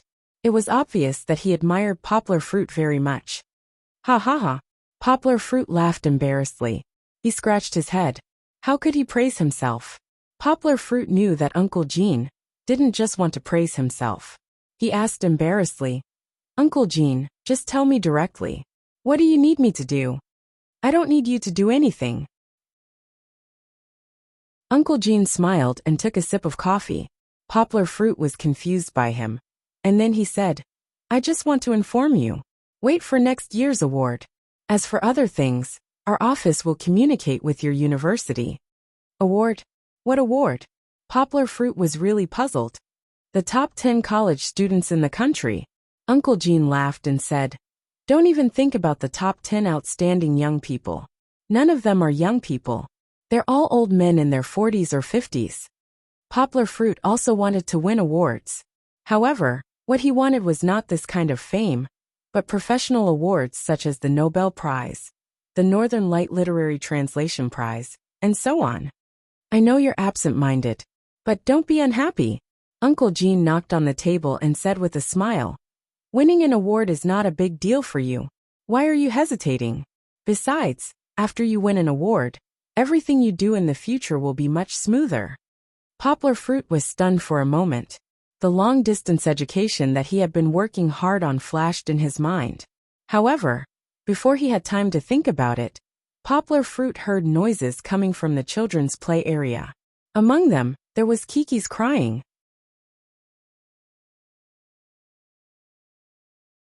Chapter 807. The children's play area was already quite noisy. And now that the children were crying in unison, it was even noisier. Fortunately, the sound-absorbing material on the second floor was quite good, so it didn't affect the elegant guests in other places. However, Poplar Fruit, who was drinking coffee in the same area, immediately caught the sound of Kiki crying. Kiki rarely cried, and most of the time, when she cried in front of Poplar Fruit, it was just to act coquettishly. Now, her crying immediately affected Poplar Fruit's heart. Uncle Gene was puzzled, and turned his head to look at the direction of the commotion. Suddenly, a gust of wind blew past him. When he turned back, Poplar Fruit had already hurriedly pushed away his chair and rushed to the children's play area. The place was already in a mess. A group of children raised their heads and cried loudly. Several parents hurriedly surrounded their children, comforting them while asking what had happened. Poplar Fruit immediately saw Kiki, who was standing in the middle, holding her little hands and crying. Although there was a small door around the corner, Poplar Fruit was burning with anxiety. He jumped over the fence. He didn't know that his jump was like an agile Ultraman. When he landed, several little boys were stunned and forgot to cry for a moment. Poplar Fruit ran to Kiki's side, squatted down, and hugged Kiki in his arms. He stroked Kiki's little head and asked, "Kiki, what's wrong? Don't cry, Daddy is here." Whoa! Kiki seemed to have found her backbone. She hugged her daddy's neck and cried even louder. What's wrong? Poplar Fruit didn't know what had happened. He could only observe Kiki. He looked at Kiki's face and small arms and legs. He didn't see any injuries, so she probably didn't bump into anything. Then why was she crying like this? Before Poplar Fruit could ask, a fat woman, mixed with a nauseating strong fragrance, walked over with a fat child. The fat child was also crying. One of his hands was held by his mother, but the other hand was pointing at Kiki. Is it her? Is it her? Tianyu, say something. The fat woman shouted with a hoarse voice and pointed her fat finger at Kiki. I say, big sister, why are you shouting here? Can't you talk nicely? Poplar Fruit frowned and used his body to block the saliva that was aimed at Kiki. Talk nicely? The fat woman was aggressive. She rushed over and wanted to grab Poplar Fruit's hair and push it away. But with Poplar Fruit's skills, how could she succeed? Poplar Fruit held Kiki, and with a twist of his feet, his body suddenly disappeared in front of the fat woman's eyes. The fat woman staggered and almost fell. When she steadied herself, Poplar Fruit stood by the side, looked at her coldly and said, Big sister, please respect yourself. If you have something to say, say it. If you don't touch me.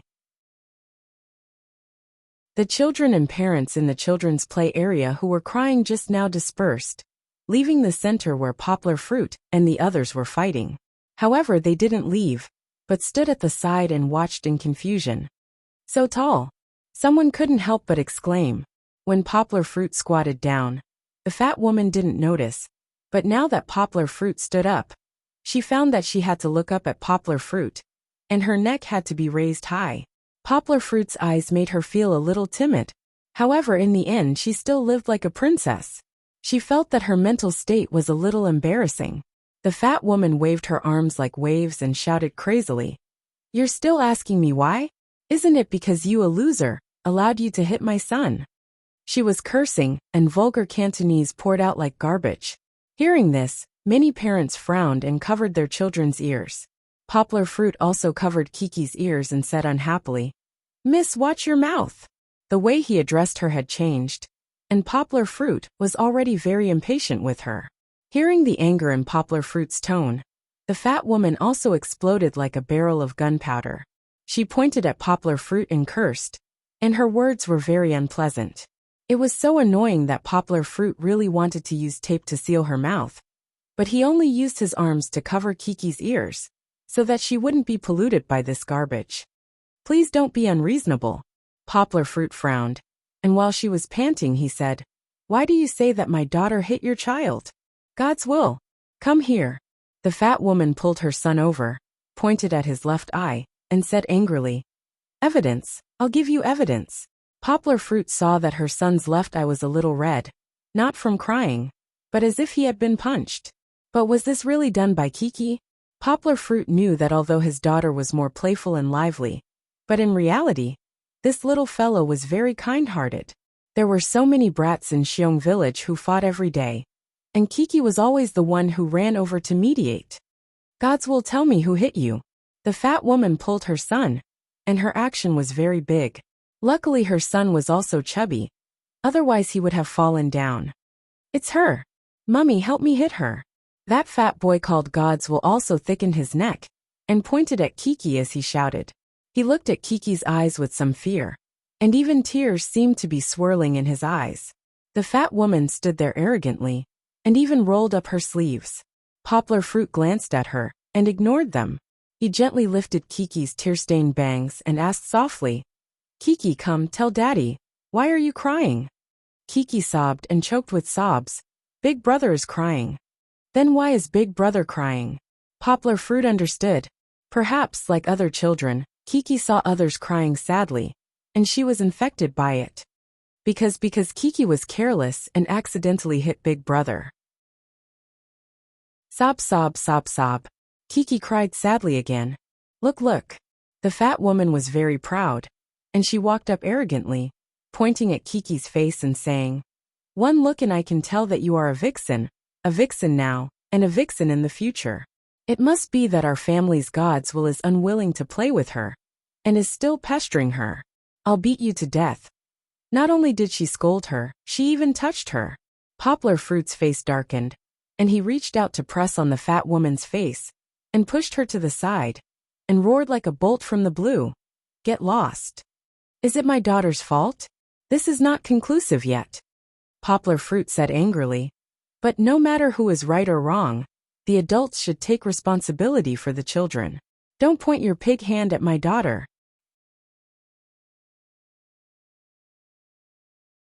Chapter 808. How strong was Poplar Fruit's aura? Perhaps it was a little lacking in words. He did not even use the murderous aura that he had learned from Xiongkahu. With just a glare, the fat woman felt as if she had fallen into an ice cave. She was so scared that she did not dare to move. At this time, Poplar Fruit finally had a little peace. He comforted Kiki's little hand and asked softly, "Kiki, tell Daddy, why did you accidentally hit your brother's eye just now?" No matter what others said, Poplar Fruit chose to believe Kiki first, because he knew that Kiki would not lie to Daddy. If she said that it was an accident, it must be an accident. Kiki was so pure and kind, how could she hurt others? Kiki had been frightened by the fat woman just now. Fortunately, Daddy stepped forward and protected Kiki like an indomitable hero. Only then did her emotions calm down. "Daddy, woo-woo." Kiki choked and said, "Brother hit Kiki with a ball. Kiki doesn't want." As if she had stepped on an electric wire, the fat woman jumped up and pointed at Kiki and scolded her again. "You little bitch, don't frame others. How could my son hit people with a ball? My Tiani is the most obedient child in the world." Woo-woo. Kiki was frightened by her and cried again. At this moment, a little boy by the side suddenly pointed at the fat boy called Tiani and shouted, "He's the one who smashed it. He's always bullying people. He's always hitting people. It's so annoying. No one likes to play with him." The little boy who spoke up was at least 6 years old. He was a little older than the fat boy called Tiani. He was not afraid and stood up with his chest puffed out. However, he was immediately pulled back by his mother. "What are you talking about? No one likes to play with my child." The fat woman jumped and shouted. She pointed at the little boy and scolded him again, scolding his mother until her face turned ashen. "I said, can you stop talking nonsense?" Poplar Fruit pulled her away, but did not let her fall. However, this woman was very shameless. She deliberately took a few steps back, and then fell on all fours. She even hit the ground and shouted, "You hit me! You hit me! Come on! Even if you're pretending to fall, can you fall properly? Even the national football team is not as embarrassing as you." Not only did Poplar Fruit see it, The crowd was also speechless. The matter still had to be resolved. Yang no longer paid attention to this crazy woman. He carried Chi-Chi and walked to the side of the fat boy. Kiki. Poplar Fruit wiped his daughter's tears and said gently, "Although you accidentally hit your brother, it's still wrong to hit people. Let's apologize to your brother, okay?" Poplar Fruit wanted Kiki to understand that even if other people were rude and unreasonable, she still had to be a moral person. It was not good to hit people. Knowing one's mistake was a good child. Chi-Chi nodded while choking with sobs. Poplar Fruit squatted down with Kiki in his arms and let her stand in front of the fat boy. The fat boy called Tianny was a little scared by Poplar Fruit and did not dare to move. He could only look at his mother for help. However, his mother was still throwing a tantrum on the ground. "Come, Kiki." Poplar Fruit pointed. Chi-Chi pursed her lips, sniffled, and her beautiful eyelashes were covered with sparkling and translucent dewdrops.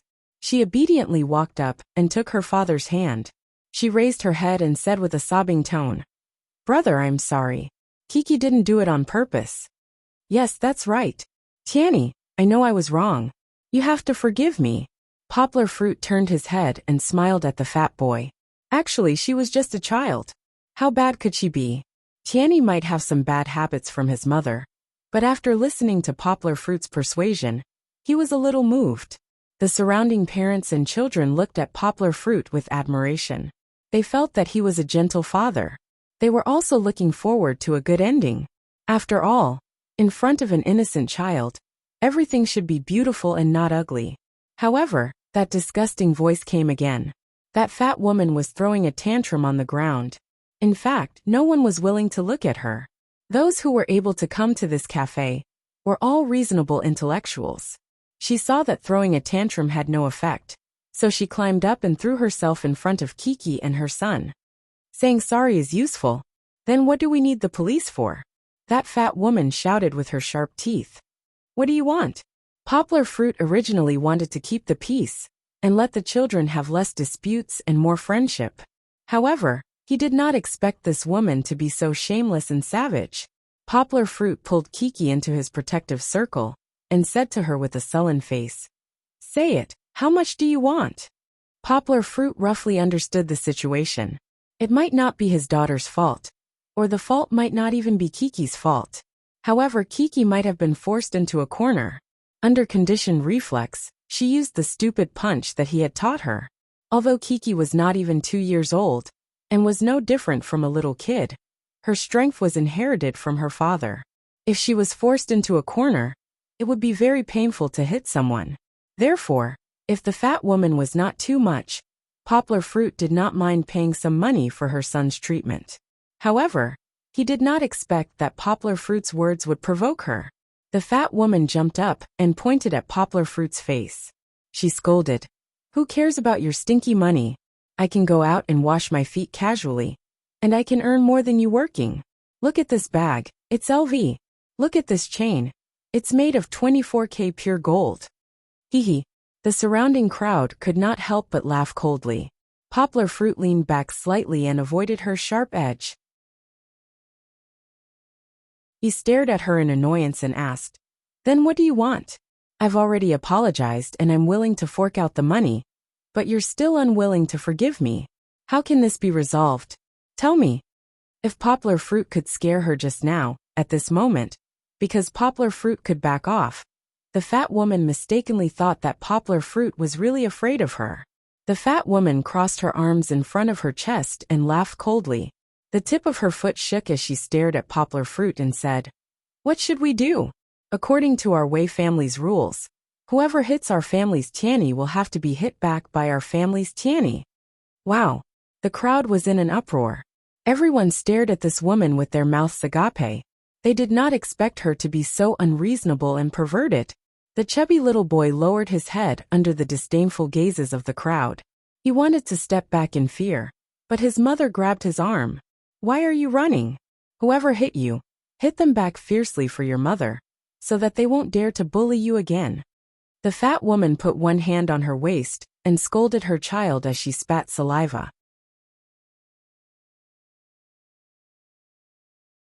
Chapter 809. Haha. In the face of such a shameless fat woman, Poplar Fruit was so angry that he laughed. He stood in front of Kiki like a towering mountain, looking at his unmoving but gradually tightening sleeves. One could see the agitation in his heart. If it weren't for the fact that it was a woman and a child, Poplar Fruit wouldn't have wanted to talk nonsense with her. He would have knocked her down with a punch, and then walked away coolly. Madam. Poplar Fruit paused and enunciated clearly. He looked down at the fat woman, snorted, and said, "Until now you still think you're right? Oh, the lackey you taught beat up my son. Isn't it me or you who's right?" The fat woman was not afraid at all as she retorted. She had never experienced a life-and-death battle like Poplar Fruit. She had been flattered by the people around her in the city, and had long forgotten what it felt like to be afraid. Poplar Fruit said in a deep voice, "You've repeatedly spoken rudely. So many people here have seen it. I've repeatedly backed down.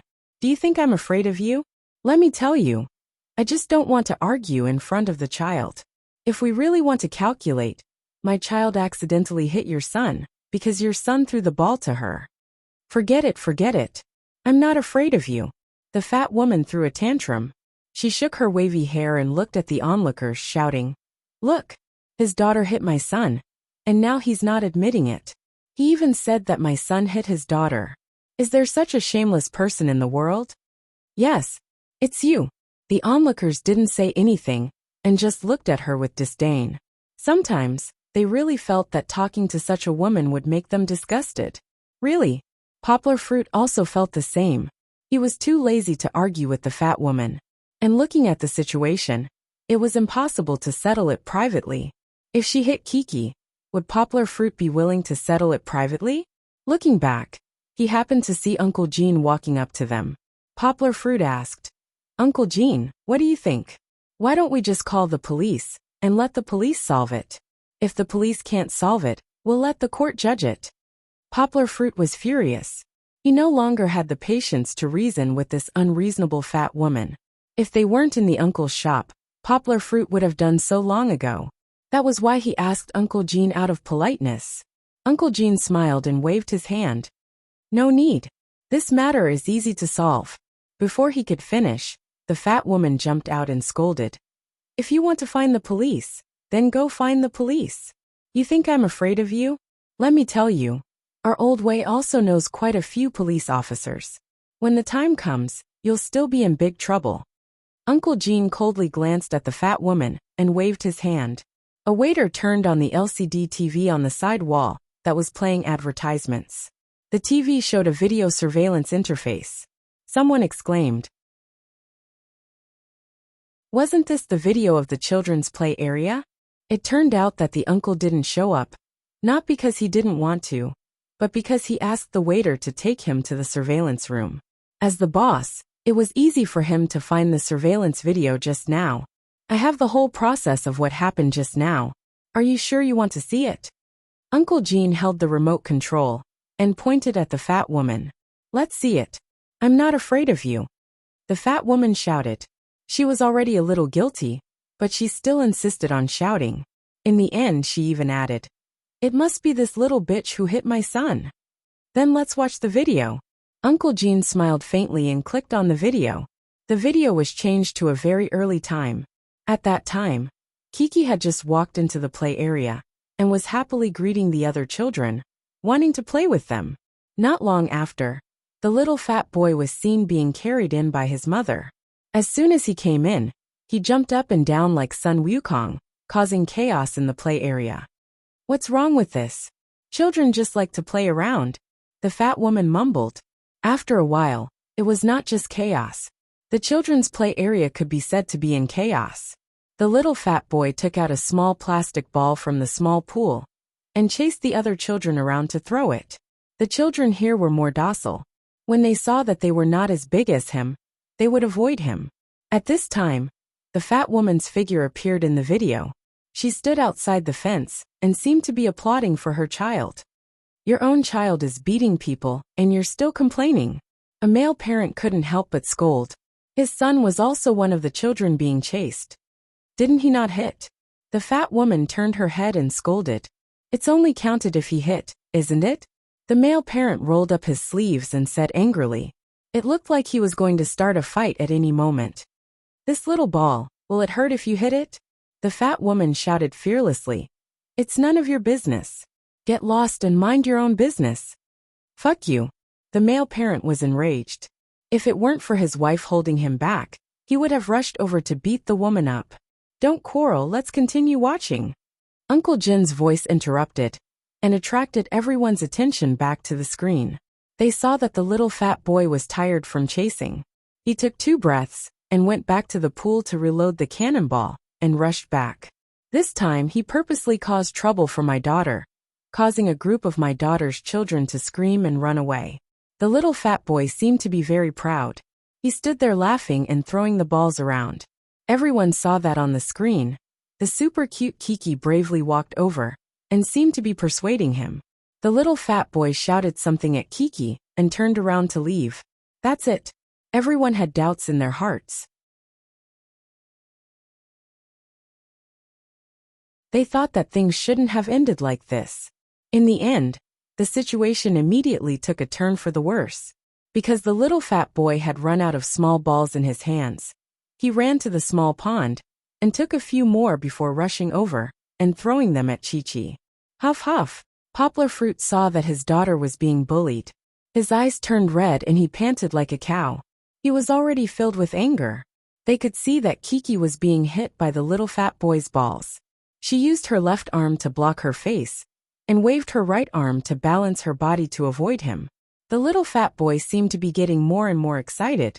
He even ran in front of Kiki and threw the ball at her head.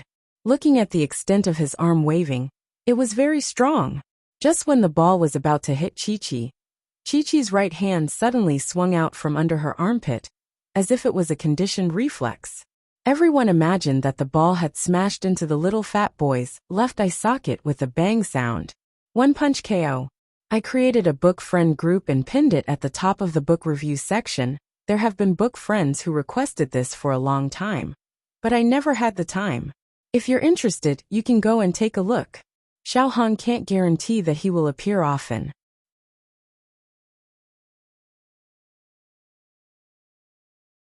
Chapter 8:10.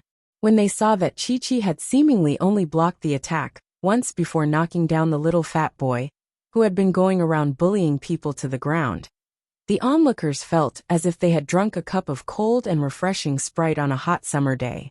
This kind of refreshing feeling seeped into their hearts. Poplar Fruit's mouth twitched. He was angry that Kiki was being bullied by the little boy, but now he couldn't help but want to laugh. Others didn't see it and thought that the little fat boy accidentally bumped into Kiki's face, but Poplar Fruit saw it clearly. Although it was a conditioned reflex, the little girl did use the Benben punch that he taught her. The action that looked like a hook actually had a little bit of spinning force. Plus, Kiki was very strong, so it would be very painful if she hit someone. Poplar Fruit looked down at Kiki, who was standing behind him timidly, holding his leg. Kiki also looked up at her father with a wronged and timid expression. She remembered that when her father taught her Benben punch, he repeatedly told her not to bully other children, just because she was good at kung fu. Poplar Fruit couldn't help but laugh. He squatted down and gently patted Kiki's little head to comfort the nervous little girl. How is it?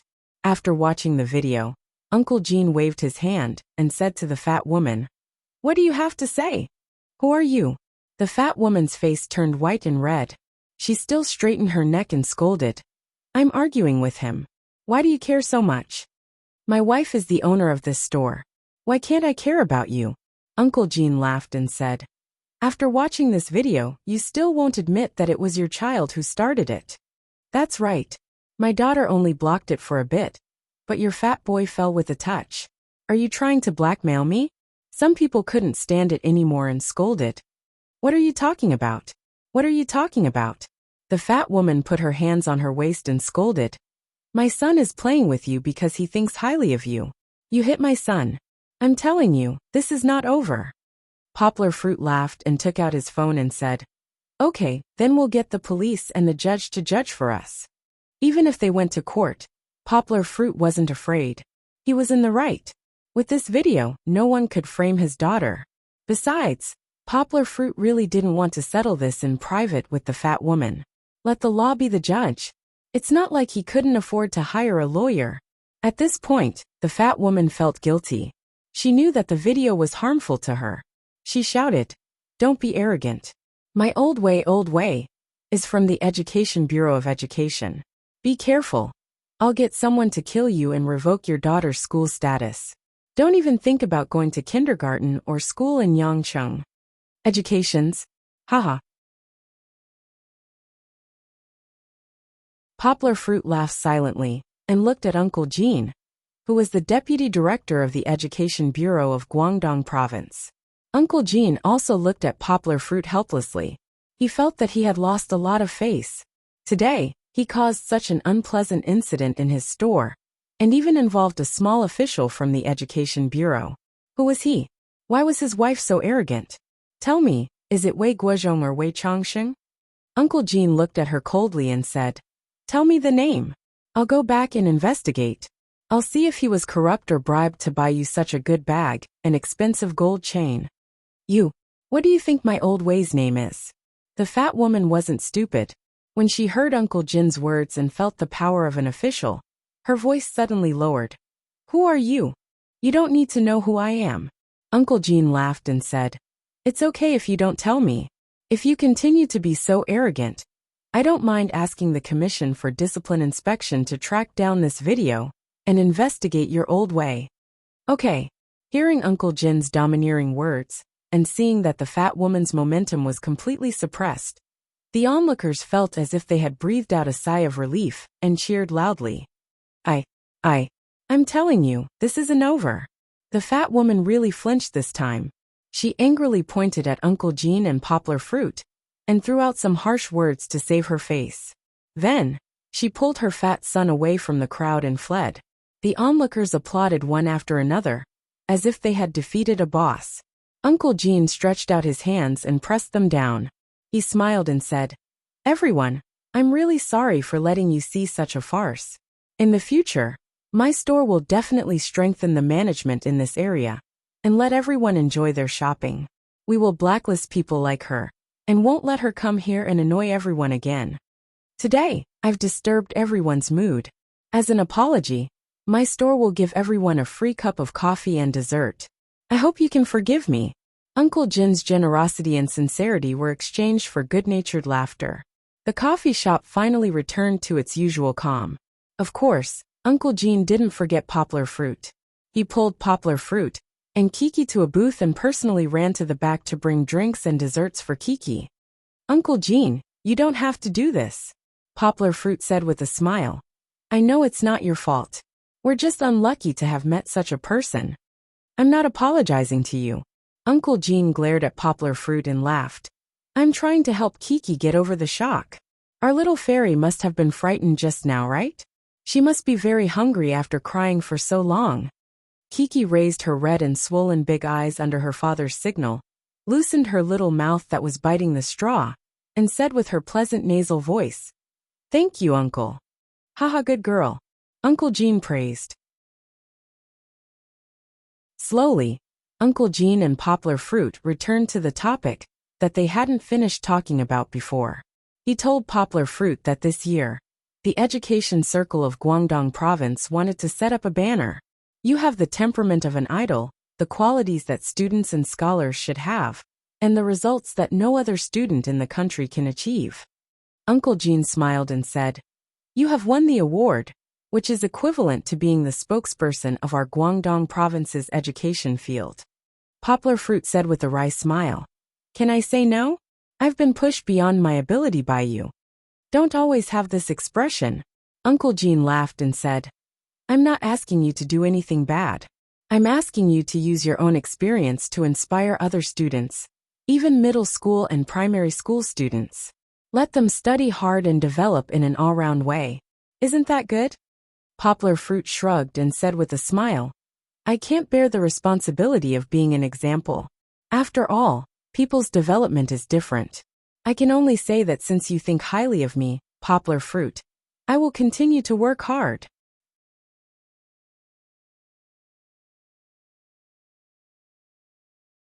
Chapter 8:11. On the way back, it started to rain in Yangcheng. When they got out of the car, it was already raining heavily. The rain was too heavy. This was the first heavy rain of autumn. It was probably going to bring the coldness of winter to Yangcheng. Poplar Fruit reminded himself in his heart to give Kiki more clothes. Because the car was parked in the school, the only downside of the teacher's apartment was that they couldn't buy a parking space. After the new house was handed over next year, Yanghua could directly drive it home. Yanghua could only use the raincoat in the car to cover Chi-Chi layer by layer, only revealing half of her face. Kiki blinked her eyes and smiled. She looked like a little elf hiding in a rock. Poplar Fruit gently pinched her nose and smiled. Get ready, it's time to charge. In the pitch-black rain, the door of a Land Rover was opened, and a tall boy rushed out with an umbrella. Poplar Fruit held the umbrella with one hand and hugged Kiki tightly with the other. In the end, he could only use his but to close the car door. The door was locked with an electronic lock. Yanghua hugged Chi-Chi and dashed madly in the heavy rain, running in the direction of home. Ah, Kiki! Chi-Chi wasn't afraid in the slightest. She was firmly held in her father's arms. Her body was covered by a raincoat, her head was covered by an umbrella, and her father's warm body was protecting her. It was as if she was playing a game that wasn't dangerous at all, and she enjoyed the excitement and joy of moving through the rain to her heart's content. Along the way, Poplar Fruit rushed back to the apartment accompanied by the wind and rain and Kiki's shouts. Kiki was of course safe and sound, but Poplar Fruit was soaked from the chest down, although it was partly because Poplar Fruit ran too fast, and the umbrella was too small. This was not a typhoon. It was even worse than a typhoon. Back home, Yanghua's body was still dripping with water. Goldie brought a pair of shoes over with a clattering sound. Poplar Fruit was very touched at first, but when he looked down, he saw Kiki's little slippers. Then, this fellow stood there with its tongue out and tail wagging.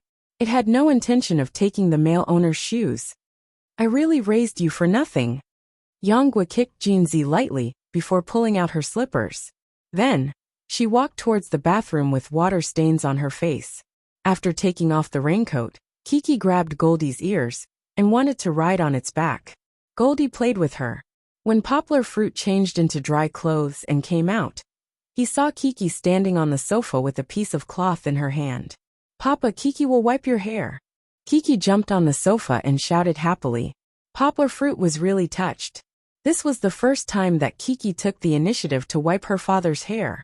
However, Poplar Fruit guessed that she must have seen her father wiping Sister Bebe's hair every night recently. She was very fond of it, so she deliberately imitated it. Okay, Kiki, wait.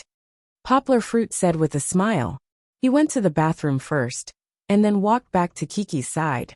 He quietly changed the cloth in Kiki's hand into a clean towel. Papa, head. Kiki grabbed the towel with both hands and waved it up and down, indicating that her father should lower his head a little. Compared to the little Kiki, Poplar Fruit was much taller than her. Even if he sat on the sofa, Kiki could not reach him if she stood and raised her hand. Poplar Fruit smiled and crawled down with a push-up posture. Kiki happily stepped on the sofa and approached her father. She grabbed the towel with both hands and rubbed it on her father's hair. Because Poplar Fruit lowered his head, he could only see Kiki's white and red little feet. However, he could clearly feel that Kiki was not wiping his hair. She was wiping his scalp. Fortunately, Poplar Fruit's hair was short and wet. Otherwise, she would have rubbed off a few strands of his hair. Although he could bear it, Poplar Fruit felt that he could not help the evildoer. He stood up and taught Kiki how to wipe her hair, how to flatten the towel, how to control it, and how to use force. Anyway, the little girl was in high spirits while wiping her father's hair. She learned quickly, which was very good. When Kiki dried her hair, Poplar Fruit suddenly patted his forehead and thought of something. Fong Bebe did not bring an umbrella when she went to class today. This time, Kiki helped her father wipe his hair in vain. Calculating the time, Fong Bebe's class was about to end. He got up from the sofa and rubbed Kiki's little head. He said with a smile, "Thank you, Kiki. Papa is very happy. But Papa is going out to pick up Bebe's sister. Kiki, can you stay at home by yourself?" Poplar Fruit looked at Kiki and asked. No, Kiki does not want to leave Papa. Kiki rushed up and hugged her father's waist. Chi-Chi was quite scared when she heard the continuous rumbling of thunder outside. No, it's not safe for Papa to take you out. It's raining so heavily, Poplar Fruit persuaded. As long as Kiki is obedient at home, Papa will come back after a while. Moreover, doesn't Kiki have Goldie at home to accompany her? Hearing its master call its name, Goldie turned over and got up from the ground. It raised its head and looked at its two masters in confusion. Kiki thought about it awkwardly. She was still a little conflicted. If Papa doesn't go, Bebe's sister will also get wet. Kiki can continue to study how to dry hair at home. Then when Bebe's sister comes back, Kiki can also help Bebe's sister to dry hair. Poplar Fruit said with a smile. Okay. Then, Papa has to come back soon. Kiki is so scared. Kiki pulled her father's hand and said with a pout. Poplar Fruit lowered his head and kissed Kiki's forehead. He said with a smile. Papa promises to come back soon. So, after sending a message to Fong Bebe, Poplar Fruit put on his raincoat and rushed into the rain. When he ran to Fong Bebe's teaching building, the rain didn't seem to stop. There were many people standing on the first floor of the building. Most of them were standing there with their bicycles. They didn't bring umbrellas, so they could only sigh. Fong Bebe also finished her class. She stood under the eaves with 2 books in her arms. However, because Poplar Fruit was wearing a raincoat, Fong Bebe didn't recognize him until he came to her side. Uncle, Fong Bebe sweetly pulled Poplar Fruit's hand that was a little cold because of the rain and said, Baby, come, put on the raincoat. Let's go back and talk. Poplar Fruit smiled and took off the hood of his raincoat. He took out the raincoat that was still warm from his arms and put it on Fong Bebe in front of everyone's envious eyes. In this weather, the raincoat was still not enough. It couldn't cover the face, and the wind would blow the rainwater into the neck. Poplar Fruit put one hand on Fong Bebe's shoulder and held the umbrella with the other hand. The two of them snuggled into the rain. This scene was really torturous for single people. Poplar Fruit didn't know that after he left, the heartbroken single men of the mathematics and engineering department howled and rushed into the rain with their bicycles.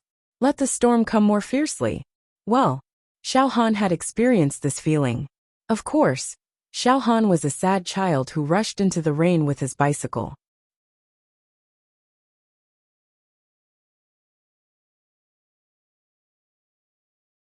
Chapter 8:12.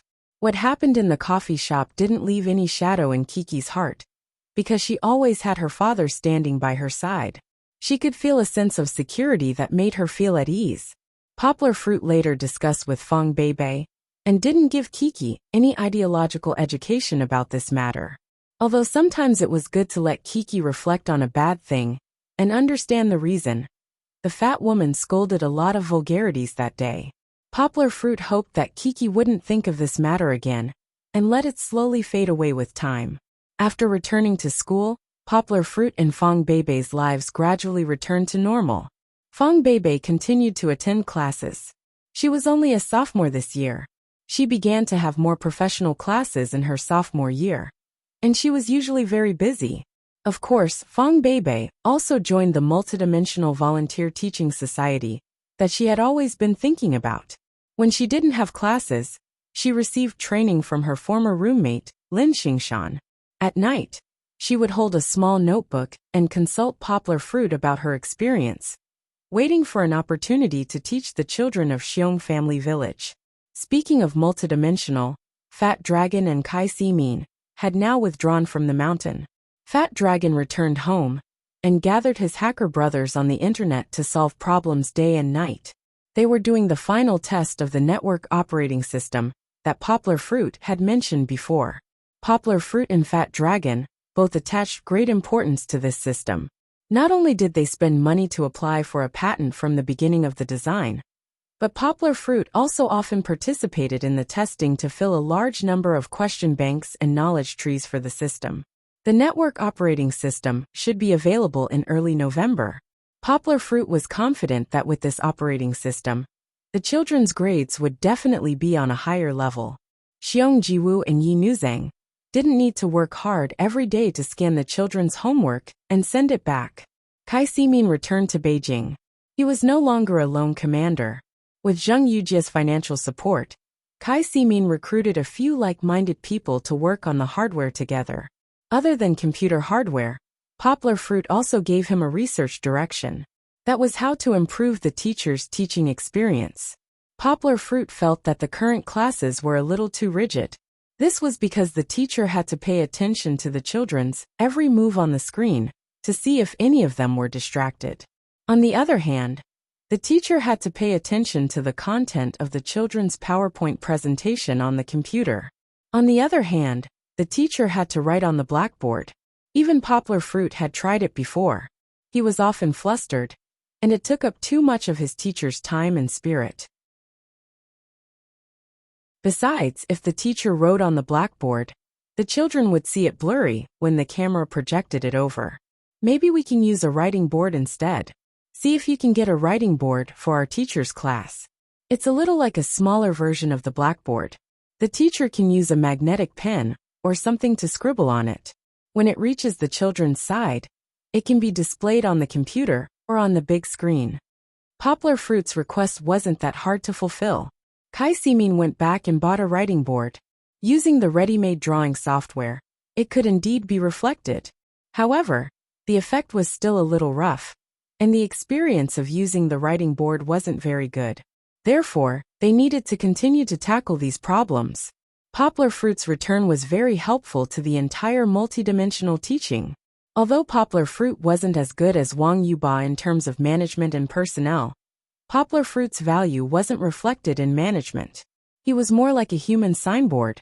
Poplar Fruit, who had been popular for a while, was a legendary existence in the eyes of many students in Higashiyama University.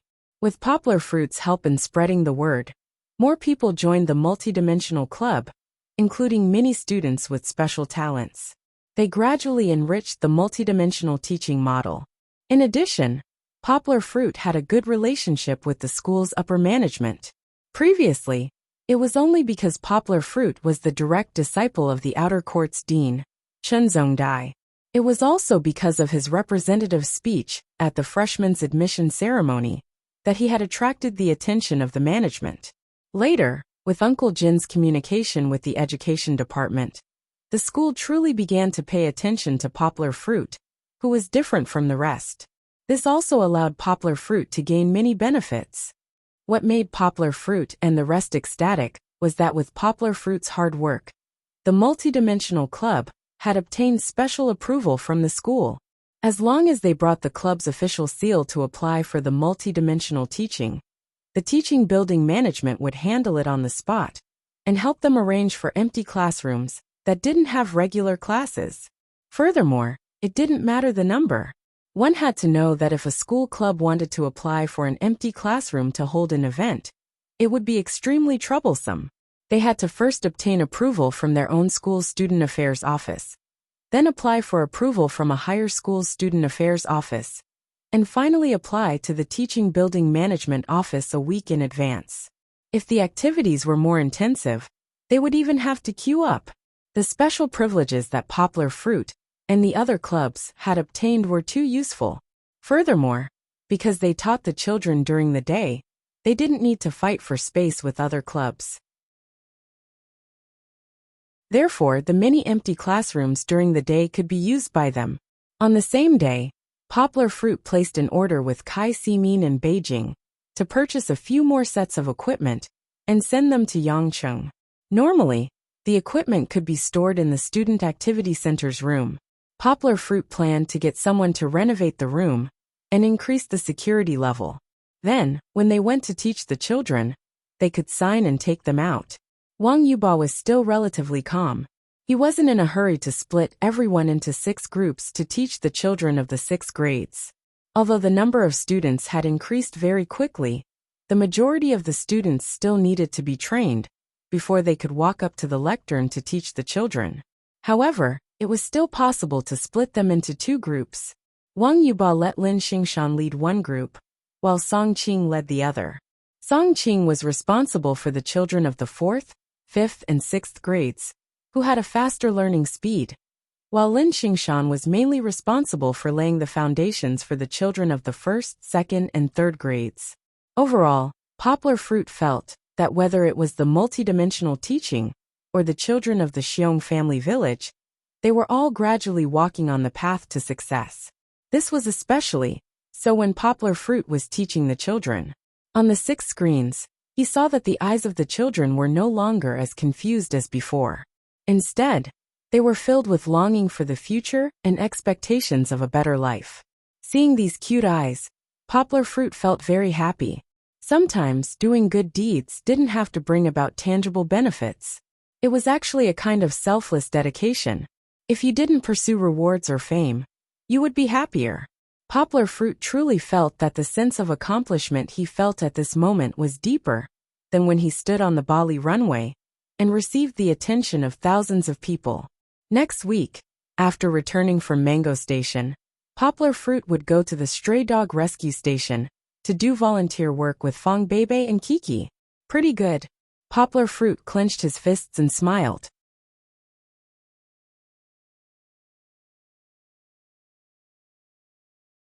Chapter 8:13.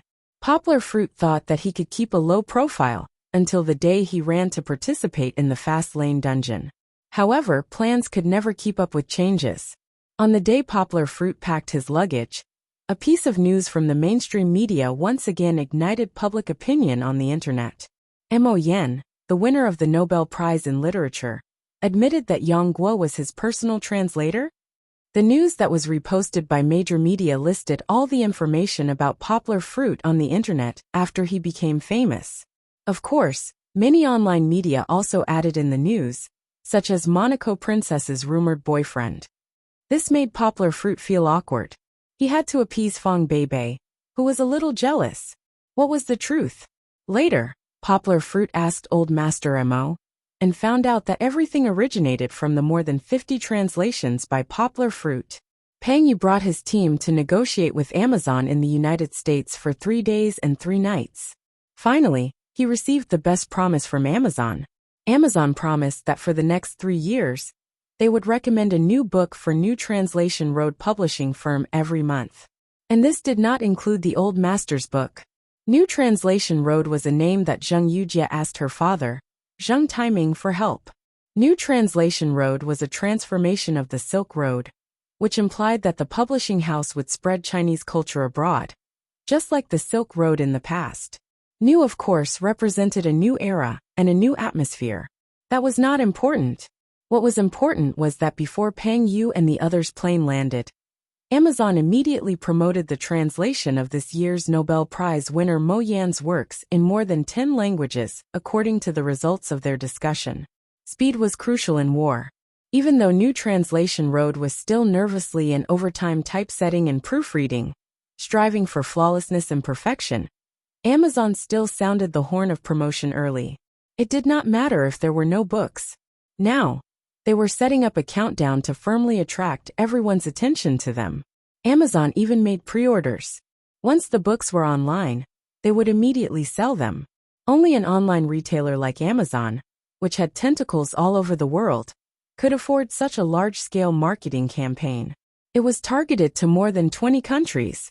Only Amazon was able to attract everyone's attention through its massive publicity. Even though no one knew where the New Translation Road publishing house came from, and even though no one knew where Lian Yang, the translator, came from, the pre-orders had exceeded 200,000 copies in just 2 days. 200,000 was not a lot. Even if it was split evenly among the 50 translations, it would only sell about 4,000 copies per book. If it was compared to other bestsellers, it would definitely be a flop. However, Amazon was still very confident.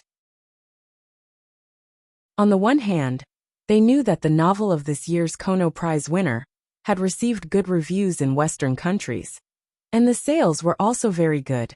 Now that he had won the Nobel Prize, they had more confidence in Mo Yan's work. On the other hand, they had also asked someone to read the translation that Peng Yu had brought over. The quality of the translation was indeed top-notch. Although it was not selling well at first, they believed that it would definitely sell well. It was a little far-fetched, But Amazon's big move not only attracted the attention of many traditional and non-traditional booksellers, but also attracted the attention of the media. The domestic media paid close attention to all the news related to Mo Yan. When they saw so many translations of Mo Yan's works on Amazon, they were all stunned. That was why they ran to Mo Yan and asked him about it. One of them was from the national television station. I couldn't reject it, so I had to do an hour-long interview with them, the old man said to Poplar Fruit helplessly. They asked me if I had authorized it. They said that if I hadn't, the country could sue you for infringement. The old man smiled and said, "What could I say? I could only say that I had authorized it. Otherwise, you would be in big trouble." "All right. They asked about me later, right?" Poplar Fruit sighed and complained to the teacher. "These media outlets are so gossipy." "That's not it." The old man laughed and said, "I took the initiative to say that." "Huh." Poplar Fruit was dumbfounded. The old man smiled and said, "They asked me if it was thoughtless to find a new publishing house in the country. I said no. I said that this publishing house was very thoughtful and capable." Then the old man said to the other party excitedly, "Did you think that Lian Yang came from a studio or a team?" The other party nodded honestly. Anyone who saw more than 50 translations under the same name would probably think that the name belonged to a studio or a team of many people. The old man proudly sold out Poplar Fruit. "Haha, you guessed wrong. To tell you the truth, Lian Yang is actually just one person, a very capable translator." "But how is that possible? He translated more than 50 books alone, and he even translated them in more than 10 languages?" The reporter looked at the old man in disbelief. "Why would I lie to you? He has a name and a surname. Leon is just his English name.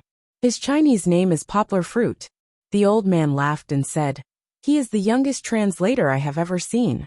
He knows 13 foreign languages. Moreover, among the works that I sent for the selection, several of them, including Life and Death, Fatigue and Frog, were translated into Swedish by him." Poplar Fruit. A lot of questions popped up in the reporter's mind. Who is this guy? Where did he come from? Right. The old man continued to reveal. You should know that he has a translated work. The biography of Steve Jobs, which was very popular last year, was translated by him. Then, isn't he the popular supermodel in Bali recently? The reporter finally made the connection between Poplar Fruit and Poplar Fruit. He was so surprised that his jaw almost dropped.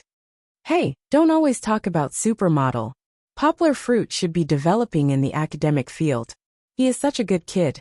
You always want to associate him with the entertainment industry, the old man said unhappily. Fortunately, the reporters from the national television station were kind enough to help hide this sentence in the interview.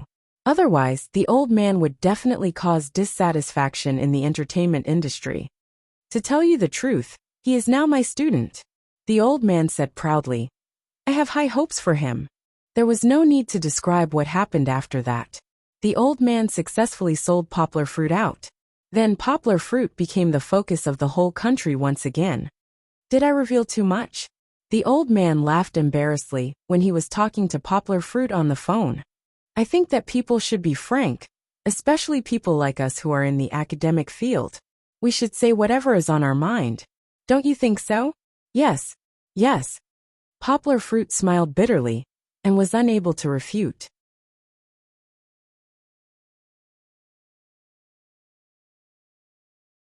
Chapter 8:14. Because Poplar Fruit suddenly released a piece of news that made people look at him in a new light. Mango Station also took the opportunity to announce that Poplar Fruit would be participating in the Express edition. This was a rare publicity opportunity. After all, after becoming famous, Poplar Fruit had never accepted an interview from the domestic media, nor had he appeared in the public eye, i.e., participated in commercial activities. As long as one followed Poplar Fruit, there was no one who didn't want him to appear on a variety show, so that people could see the glory of China's #1 male model up close. When Mango Station's news came out, it was as if people had been injected with chicken blood. They left comments under Mango Station, asking Mango Station to broadcast Poplar Fruit's episode as soon as possible after the recording was completed. Many Kiki's fans also asked Mango Station to invite Kiki to appear on screen at the same time. Of course, Poplar Fruit wasn't aware of all this. He had already flown to the provincial capital of Nanhu with Kiki and checked into the hotel that Mango Station had arranged for him. At this time, in a luxurious villa in Beijing, there was a scene of things being smashed again. Li Zichao felt that he was really furious. In the past week, he had his eyes on a female celebrity who had drifted from Beijing. That female celebrity wasn't very popular, but she wasn't young. She was in her 30s and was much older than Li Zichao, but her figure and appearance were excellent. Perhaps it was because of her age, but Li Zichao was infatuated when he saw this female celebrity. The hidden sister complex in his heart was aroused. In order to hook up with this female celebrity, Li Zichao spent a lot of effort. In the past week, he treated her to a meal, gave her a platinum necklace, and promised to help her get a supporting role in a movie before he tricked her into sleeping with him. However, before he could continue to savor the mature charm of the female celebrity, Li Zichao saw the news that Poplar Fruit was going to appear on Mango Station. Li Zichao couldn't bear to see his love rival doing well. In a fit of anger, he smashed his phone into 2 pieces. After switching to a new phone, Li Zichao threw the female celebrity upstairs and called his lackey over. "Fuck you. I told you to investigate that Poplar Fruit. Why haven't you found anything yet?" Li Zichao picked up a pillow and threw it at him. The lackey also felt wronged. He cried and said, "Brother Chow, I really investigated it. I found out that he came back 5 days ago." "Then why didn't you tell me?" Li Zichao scolded him. "I told you." The lackey acted like a little wife and said pitifully, "Last time, I came to report to you. After I told you, you told me to stop bothering me." Li Zichao remembered. At that time, this guy had come to find him. He was thinking about what gift to give the celebrity sister in order to invite her out for a meal. Then, he didn't listen to a single word of this guy's report. He was so interested that he waved his hand and let the lackey leave. "Fuck." Li Zichao grabbed the lackey's collar and scolded. "I didn't listen. Don't you know how to fucking report it again? I've raised you for so many years. What the fuck did I feed you?" Li Zichao refused to admit his mistake. The lackey cried and didn't dare to talk back. He let him scold and beat him until Li Zichao was tired. "Tell me, what's the result of your investigation?" Li Zichao leaned back on the sofa and asked while panting. The lackey looked at him carefully and said, "I found that Poplar Fruit doesn't seem to be affected. He's always been fine with his girlfriend. Then that Pai Din one is a jerk. Brother Chow, I suspect that he's just fooling around with you. He's been picking up girls recently. He doesn't even care about your instructions." "Fuck. What kind of people did Jiang and young Master Ling introduce?" Li Zichao became angry again after hearing this. He grabbed the teacup on the coffee table and threw it. It hit the stairs next to him, making a crisp sound. Li Zichao was still holding a grudge against Poplar Fruit for ruining his and Zheng Yujia's plans. He really wanted to find someone to deal with Poplar Fruit, but he knew that it was useless to send assassins abroad, let alone within the country. He could only find another way. However, this Pai Din one was really hateful. He kept ruining his plans. The more Li Zhe thought about it, the more frustrated he became. His hand trembled, and he slapped the lackey. The lackey cried and covered his cheek as he looked at Li Zichao. "Brother Chow, why did you hit me if you're angry at Pai Din one?" "I hit you because I wanted to." "Why? Are you unhappy?" Li Zichao slapped him again. This time, the lackey didn't dare to speak carelessly. This master was temperamental and hard to serve. It was better to follow his wishes and leave as soon as possible. "No. This Pai Din one is really infuriating." Li Zichao was still very annoyed. He pointed at the lackey and said, "You inform young Master Ling fuck. If he doesn't help me beat this Pai Din one half to death, he can forget about getting that piece of land back." "Yes, yes." The lackey took out a notebook and pretended to take notes. Also, Li Zichao's face was ferocious. He gritted his teeth and said, "Doesn't he like that Duan person? Humph. Organize the photos we took of him in Bali and send them to that Duan person." I don't believe that you'll be able to leave with a beauty so easily. Eat shit. I understand. The lackey smiled and said, Isn't that young Master Ling brothers with Pai Din one? Let young Master Ling send this information over, and make it impossible for them to be brothers. Not bad, not bad. There's an improvement. Li Zichao felt happy just thinking about it. He laughed and patted the lackey's shoulder as he said this. Then Brother Chow, what about poplar fruit? What about poplar fruit? The lackey asked. It would have been fine if poplar fruit had not been mentioned. Once poplar fruit was mentioned, Li Zichao felt depressed. He felt that poplar fruit was a flawless egg that he could not find a place to eat. He had set up so many traps for poplar fruit before, but none of them worked. Just like in Bali, his schemes were all forcefully crushed by poplar fruit's strength. Keep an eye on him. If there's anything you can do to add fuel to the fire, just do your best to slander him. Li Zichao waved his hand dejectedly and said, First, get rid of Pai Din one. Damn, just thinking about him makes me unhappy. The lackey received the instructions and quickly left the villa. Being close to a king is like being close to a tiger. He felt that this old saying was right. Who knew when Li Zichao would be unhappy and find someone to bury him? So when he left, there was a gust of wind under his feet. Li Zichao felt a little stifled. There was an evil fire in his heart that could not be vented. Luckily, I have a celebrity sister. Li Zichao smiled evilly. He took out a bottle from his trouser pocket and poured out a small blue pill. He drank it with water, then anxiously jumped over the place where the teacup was broken and ran upstairs.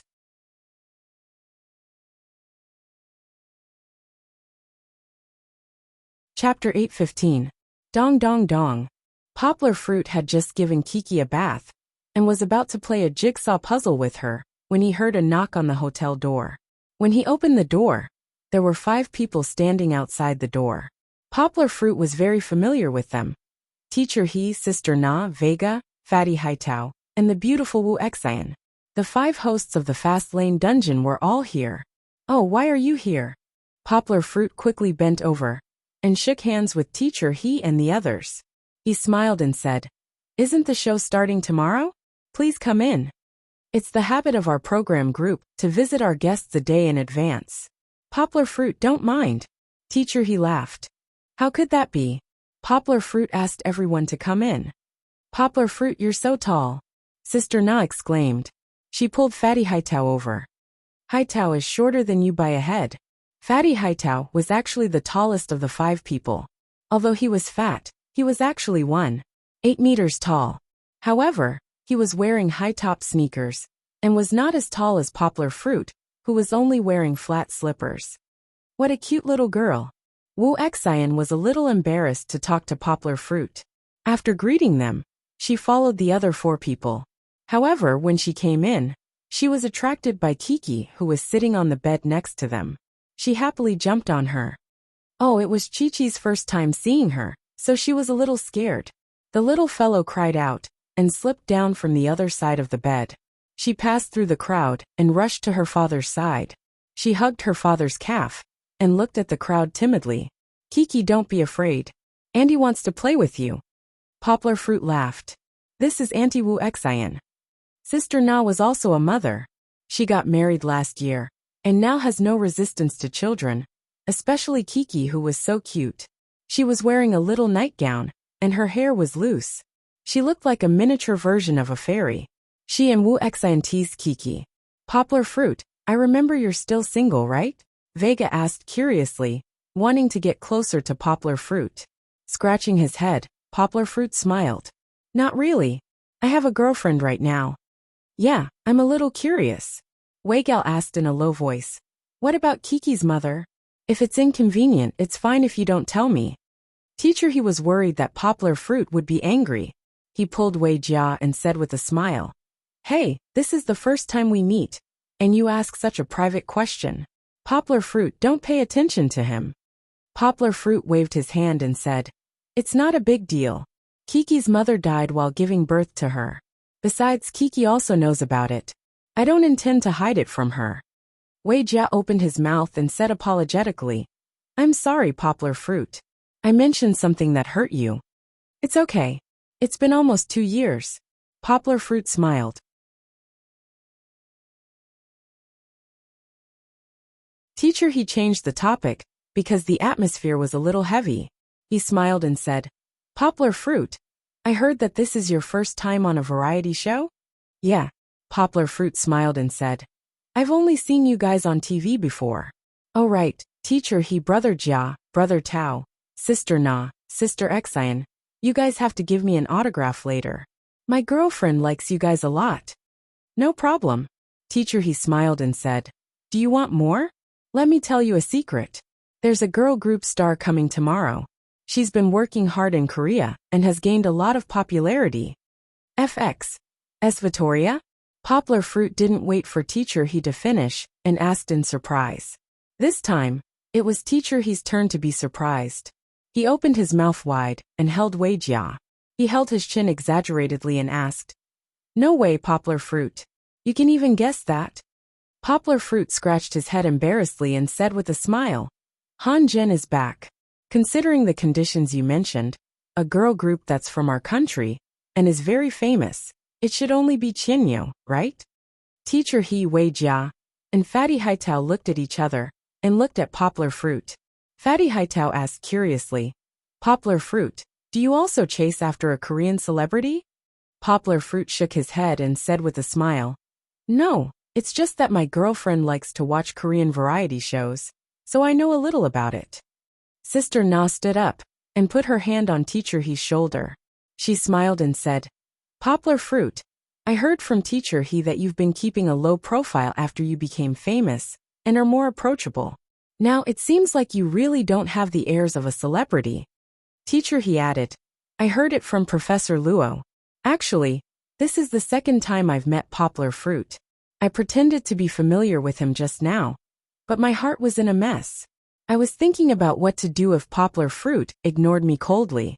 Teacher He liked to act. His every move and his eyes were playful, giving people a feeling of uneasiness. Poplar Fruit laughed and said, Teacher He, you worry too much. Actually, I'm the one who should be worried. I'm worried that I won't know what to say on the show. I didn't expect you guys to be so chatty. You must bring me along. Poplar Fruit bowed slightly. Of course. That's a must. Actually, Sister Na, you're thinking too highly of me.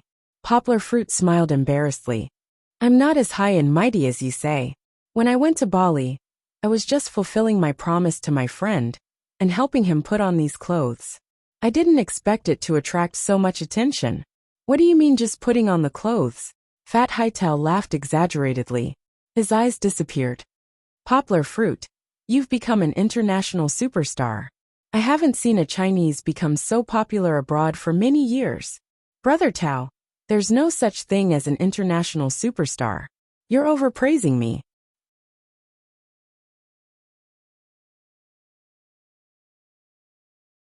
Poplar Fruit quickly waved his hand and said, Actually, after returning from Bali, I didn't plan to continue in the modeling industry. Why? Is it because of Givenchy? Wei Gao frowned and asked. He was really concerned. Poplar Fruit smiled and said, No, it's because of my own reasons. It's not that modeling is bad. It's just that I prefer my old life and academic research. I can attest to that. Teacher He smiled. Our professors outside of Beijing all said that Poplar Fruit is very good. If he didn't choose Higashiyama University, we would definitely want him. Professor Luo also said that Poplar Fruit is very knowledgeable and will definitely be a professor in the future. He's more suitable for the title of teacher than me, the unreliable Teacher He. Poplar Fruit felt that he was blushing from the praise. Wu Xian, who was squatting next to him and holding Kiki, raised her head. She felt that Poplar Fruit's elegant appearance was very handsome. It was a pity that Poplar Fruit not only had a girlfriend, but also a child. Teacher He and the others were just visiting to improve their understanding of each other and prepare for tomorrow's program recording. After greeting each other, they told Poplar Fruit a little about the things to pay attention to tomorrow, and then tactfully left. Originally, if it were any other star, Teacher He and the others might have invited him out to play. But Poplar Fruit was a man with a child, so it was a heavy responsibility.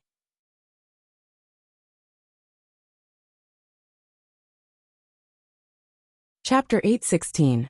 Early in the morning, Mr. He came to fetch Poplar Fruit and Kiki to the TV station. Poplar Fruit did not have an assistant or a company. He was all by himself, so Mr. He had no choice but to come over early in the morning. After all, he was the one who invited Poplar Fruit. Of course, Mr. He was also a very responsible person. Mango TV was a small H-shaped building. There were two buildings, one tall and one short, and the two buildings were connected by a walkway in the middle. However, the roof of the short building was a little protruding, and it looked a little like a chair. Along the way, many staff members greeted Mr. He, and Mr. He responded to each of them happily. He was very humble. This made Poplar Fruit, who was following behind, a little emotional. He was not emotional because of Mr. He's popularity, but because of Mr. He's attitude towards people. Taking popularity into account, Poplar Fruit felt that among all the hosts he knew, perhaps only the Korean national host, Loo Zaishi, was similar to Mr. He. Loo Zaishi was also one of the hosts that Poplar Fruit liked. On this point, Fong Beibei had a little disagreement with him. Fong Beibei preferred Jin Zhonghua, the muscular man with the mosquito's voice. Mr. He sent Poplar Fruit and Kiki to the waiting room and said, "Poplar Fruit, wait here for a while. In about half an hour, we will have a makeup artist come to put on your makeup." After the experience in Bali, Poplar Fruit was not too resistant to putting on makeup before going on stage. He knew that if he did not put on makeup, he would look very pale when the lights hit his face. It would be very strange. As for why Mr. He did not arrange a hairstylist for Poplar Fruit, it was because with Poplar Fruit's buzz cut, a hairstylist could not make bricks without straw. It was better not to do it. After Teacher He gave some instructions, he left. Before the show started, Teacher He also had a lot of things to do. Moreover, as the main host of the show, Teacher He was busier than the other four hosts combined. The waiting room was a small room less than 10 square meters. There was only a dressing table, two sofas, and a coffee table. Poplar Fruit pulled Kiki to sit on the sofa. Of course, Kiki couldn't sit still. In an unfamiliar environment, Kiki felt a little uncomfortable. However, with her father accompanying her, she slowly began to curiously look around and explore the waiting room. "Papa, what is this?" Kiki walked to the dressing table and stood on tiptoe to look at it curiously. She couldn't see the top. "It's just a table for people to put on makeup," Poplar Fruit said with a smile. "What is makeup?" Kiki walked half a circle around the dressing table. Her curiosity made her heart itch. "It's to put some foundation and blush on people's faces, then apply lipstick, draw eyeliner, and so on to make people beautiful." Poplar Fruit shrugged and said with a smile, "Haven't you seen Dad put on makeup before?"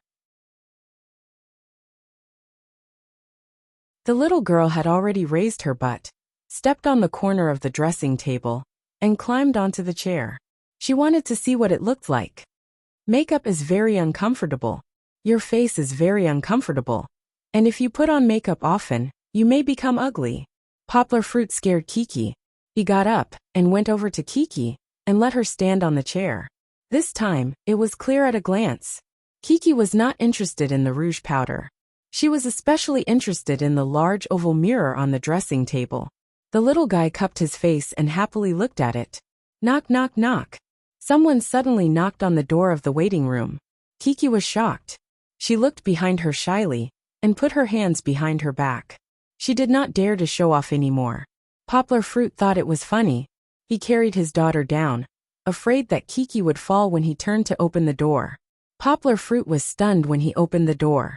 The people standing outside were not the makeup artists he was waiting for, but a few people led by a girl.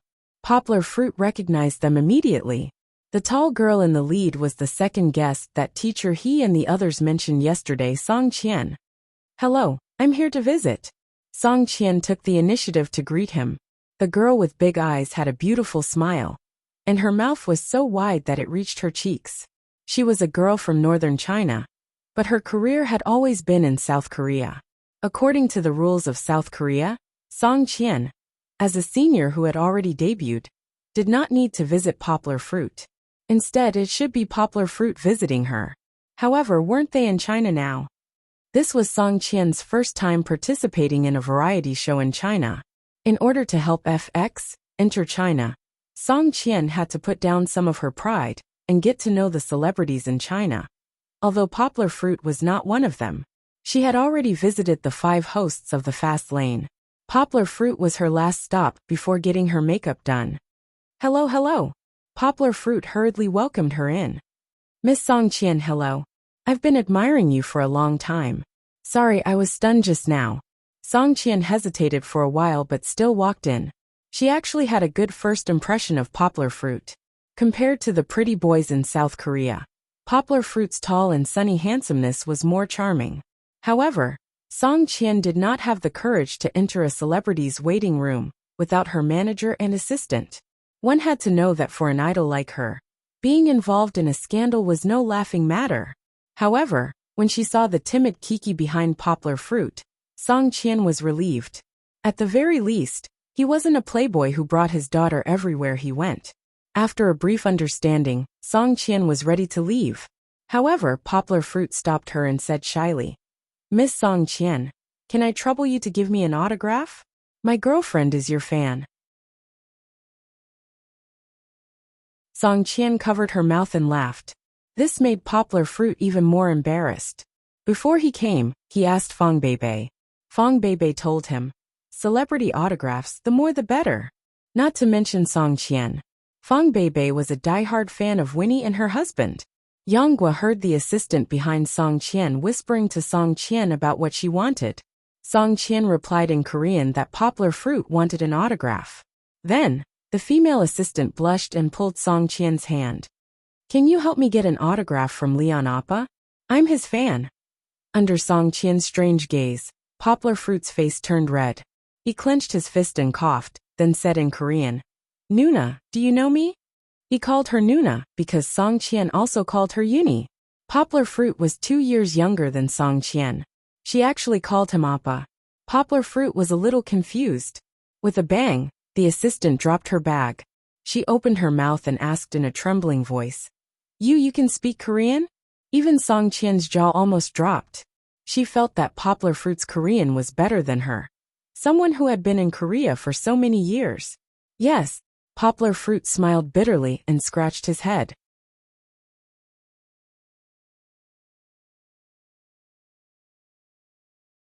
Chapter 8:17. The story in the waiting room was just a small accident. After the assistant got the signature, Song Qian and the others left. Not long after, the recording of the quick book finally began.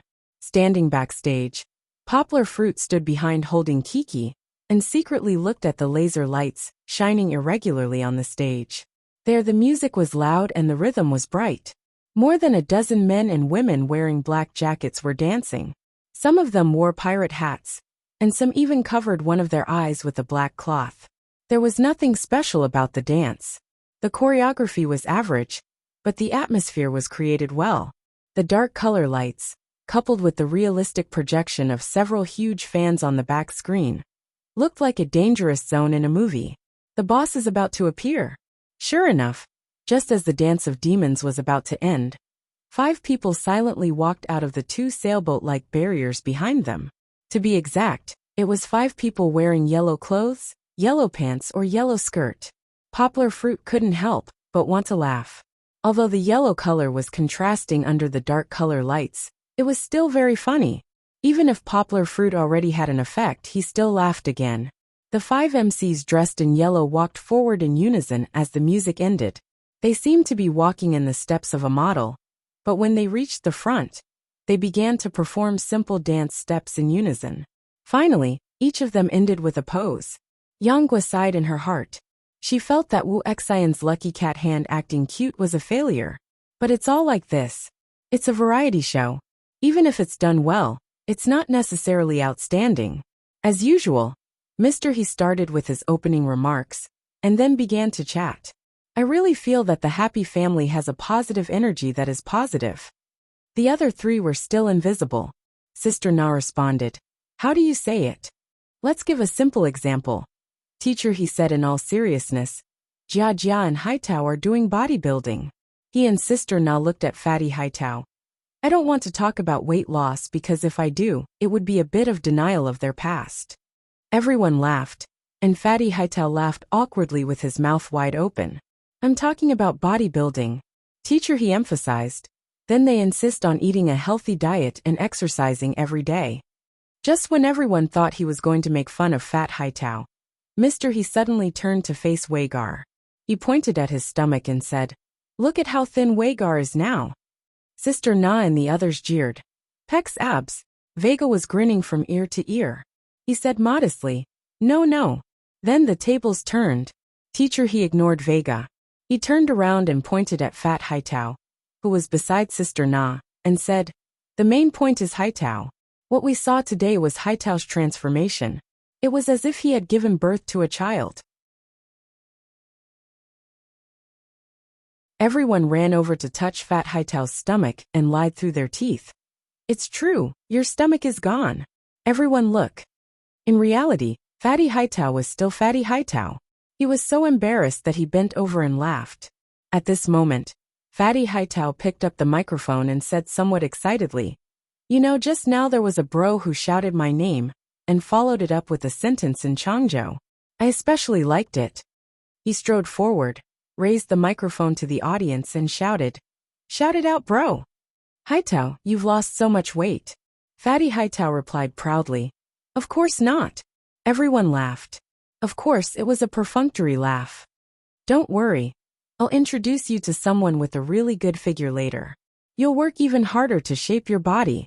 Sister Na laughed as she pulled the embarrassing Fatty Hightail back. At this moment, Poplar Fruit and Kiki were guided by the staff to the stage where they were going to go on stage. That's right, it was Poplar Fruit and Kiki. Under the request of many netizens, the program team had just communicated with Poplar Fruit. He had also persuaded Poplar Fruit to bring Kiki on stage. After a while, Wagar said, "If there are friends around, if they supervise together, I think that kind of positive energy can be gained even more." He continued, "You know, in fact, there must be many small things in life that we are not satisfied with. But what if you want your life to be more beautiful and better? You have to work hard yourself." Sister Na immediately poured cold water on him. "But I'm not dissatisfied." The atmosphere created by He immediately disappeared. At this time, Wagar mischievously stood up and sang with a smile, "Because in my heart, you are the most beautiful." Sister Na was indeed the most open-minded hostess who cared the least about her image. She echoed Vega's singing, waving her hands and swaying her, but as she did a strange dance. The others stood at the side with cold sweat and laughed. "What kind of dance is this?" Wu Xian, who rarely spoke, immediately stabbed a knife. Amidst the laughter, Teacher, he explained in an impassioned tone. "Ever since Nana started wearing trousers and leather shoes, she has developed the potential of her limbs. She was originally about this position." He swayed his hips, imitated the slender long legs, and then made an even more exaggerated strange dance step. "Now she has reached this position. You see. Sister Na also burst into laughter and jumped up with him. She shook her hair and looked like a crazy woman making a ruckus. But this was her special point. She was open and received a lot of applause from the audience. After a while, he returned to the topic.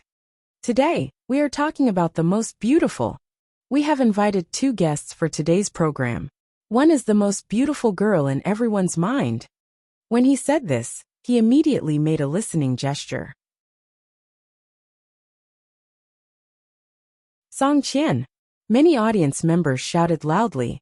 The news that Song Qian was going to participate in the Express edition had already spread on the internet, and many audience members present followed this name. Nevertheless, Song Qian's huge popularity was still surprising. Of course, Poplar Fruit, who had no love for being a star, and had no concept of popularity, was listening in the back. He was not nervous at all. On the contrary, he was as relaxed as if he was coming to a dinner or a party. To be honest, after experiencing the big scene of the Bali Fashion Week, the Express edition, recorded in the studio, could not give Poplar Fruit any pressure. He kept comforting Kiki, letting her follow him. "It's okay, just take it as going out to play." With her father around, Kiki was of course very calm. Then Poplar Fruit heard He say, "There is another one, who is the most beautiful boy in our hearts."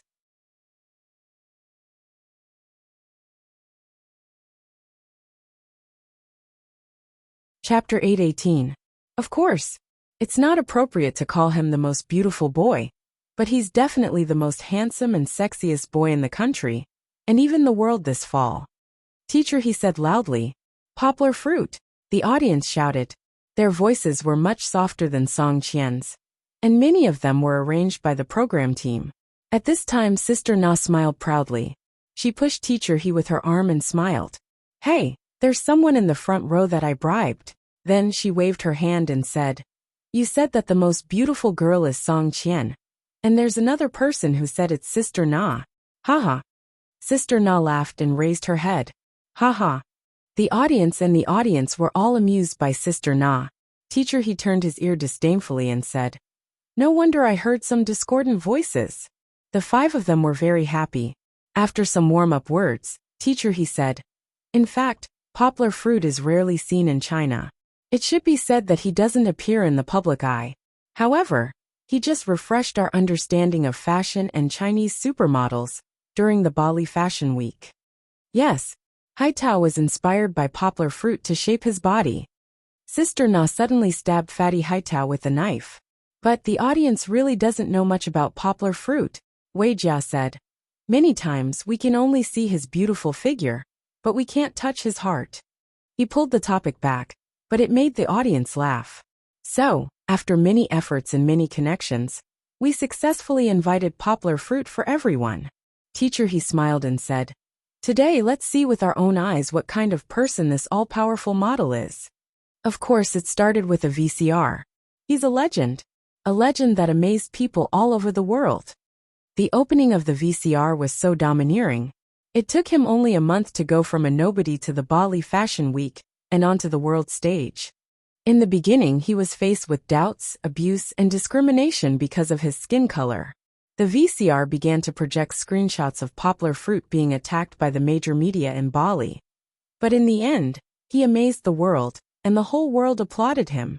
The VCR showed clips of people standing up and applauding poplar fruit at the main venue of the Bali Fashion Week. Even the BBC was willing to film a documentary about the rise of a genius for him. The VCR played some clips of the documentary and continued. This is because after a month of hard work, he finally completed the leap from a blank piece of paper to a world-shocking supermodel. If everyone thought that this was the GC of the VCR, they would be wrong. Everyone was wrong. This was just the beginning. Before Yonggua came over to record the show, Mango Station had done a lot of work.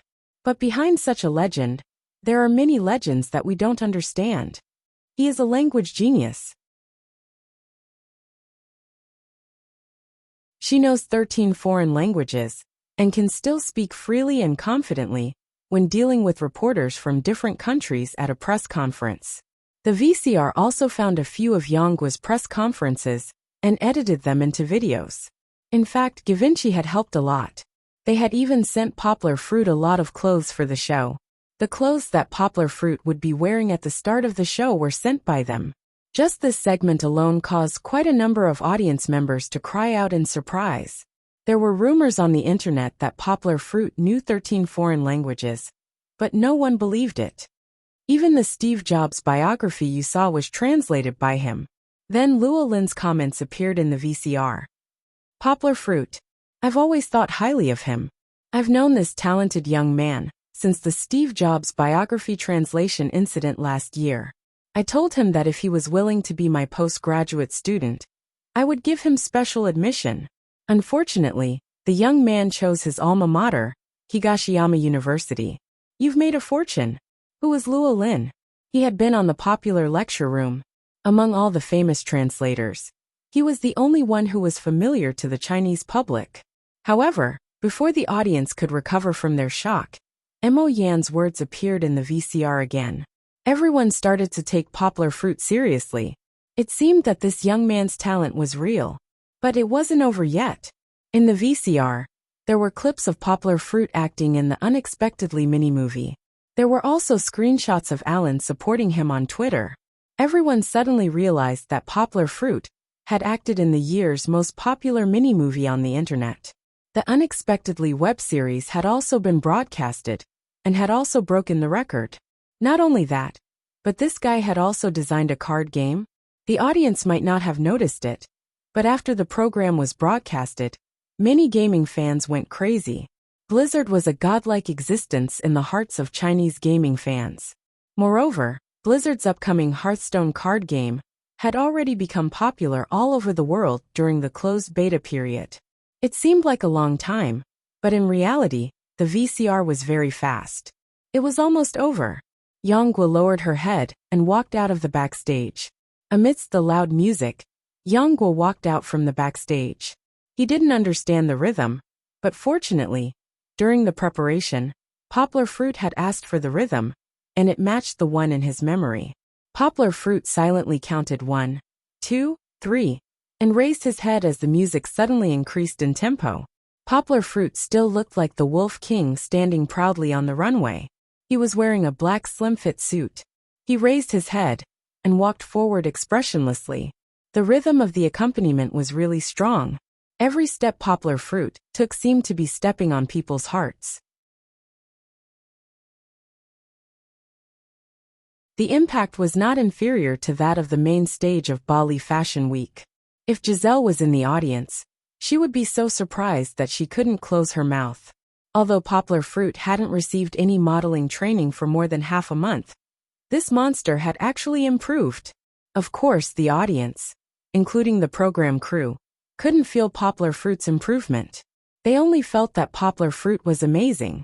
It was as if a model should be this handsome. The slim-fit suit was so tight that Poplar Fruit felt that it was a little bit tight. However, it was this exquisite pure black suit. Only the sleeves and collar had some lines that completely showed off Poplar Fruit's 1-2 long legs. Under Poplar Fruit's buzz cut, his masculine face was even more mesmerizing. The girls couldn't suppress the excitement in their hearts at all. They forgot the rules of the program and screamed loudly. At this time, who would care about them?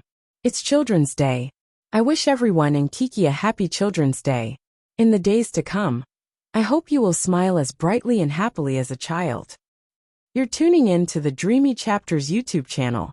We're so grateful for your support, and don't forget to subscribe to join us on this incredible journey through captivating stories. Your generosity through donations truly makes a world of difference, as it's the primary source of revenue that allows me to expand and enhance this channel for you. Thank you from the bottom of my heart for being a part of this adventure.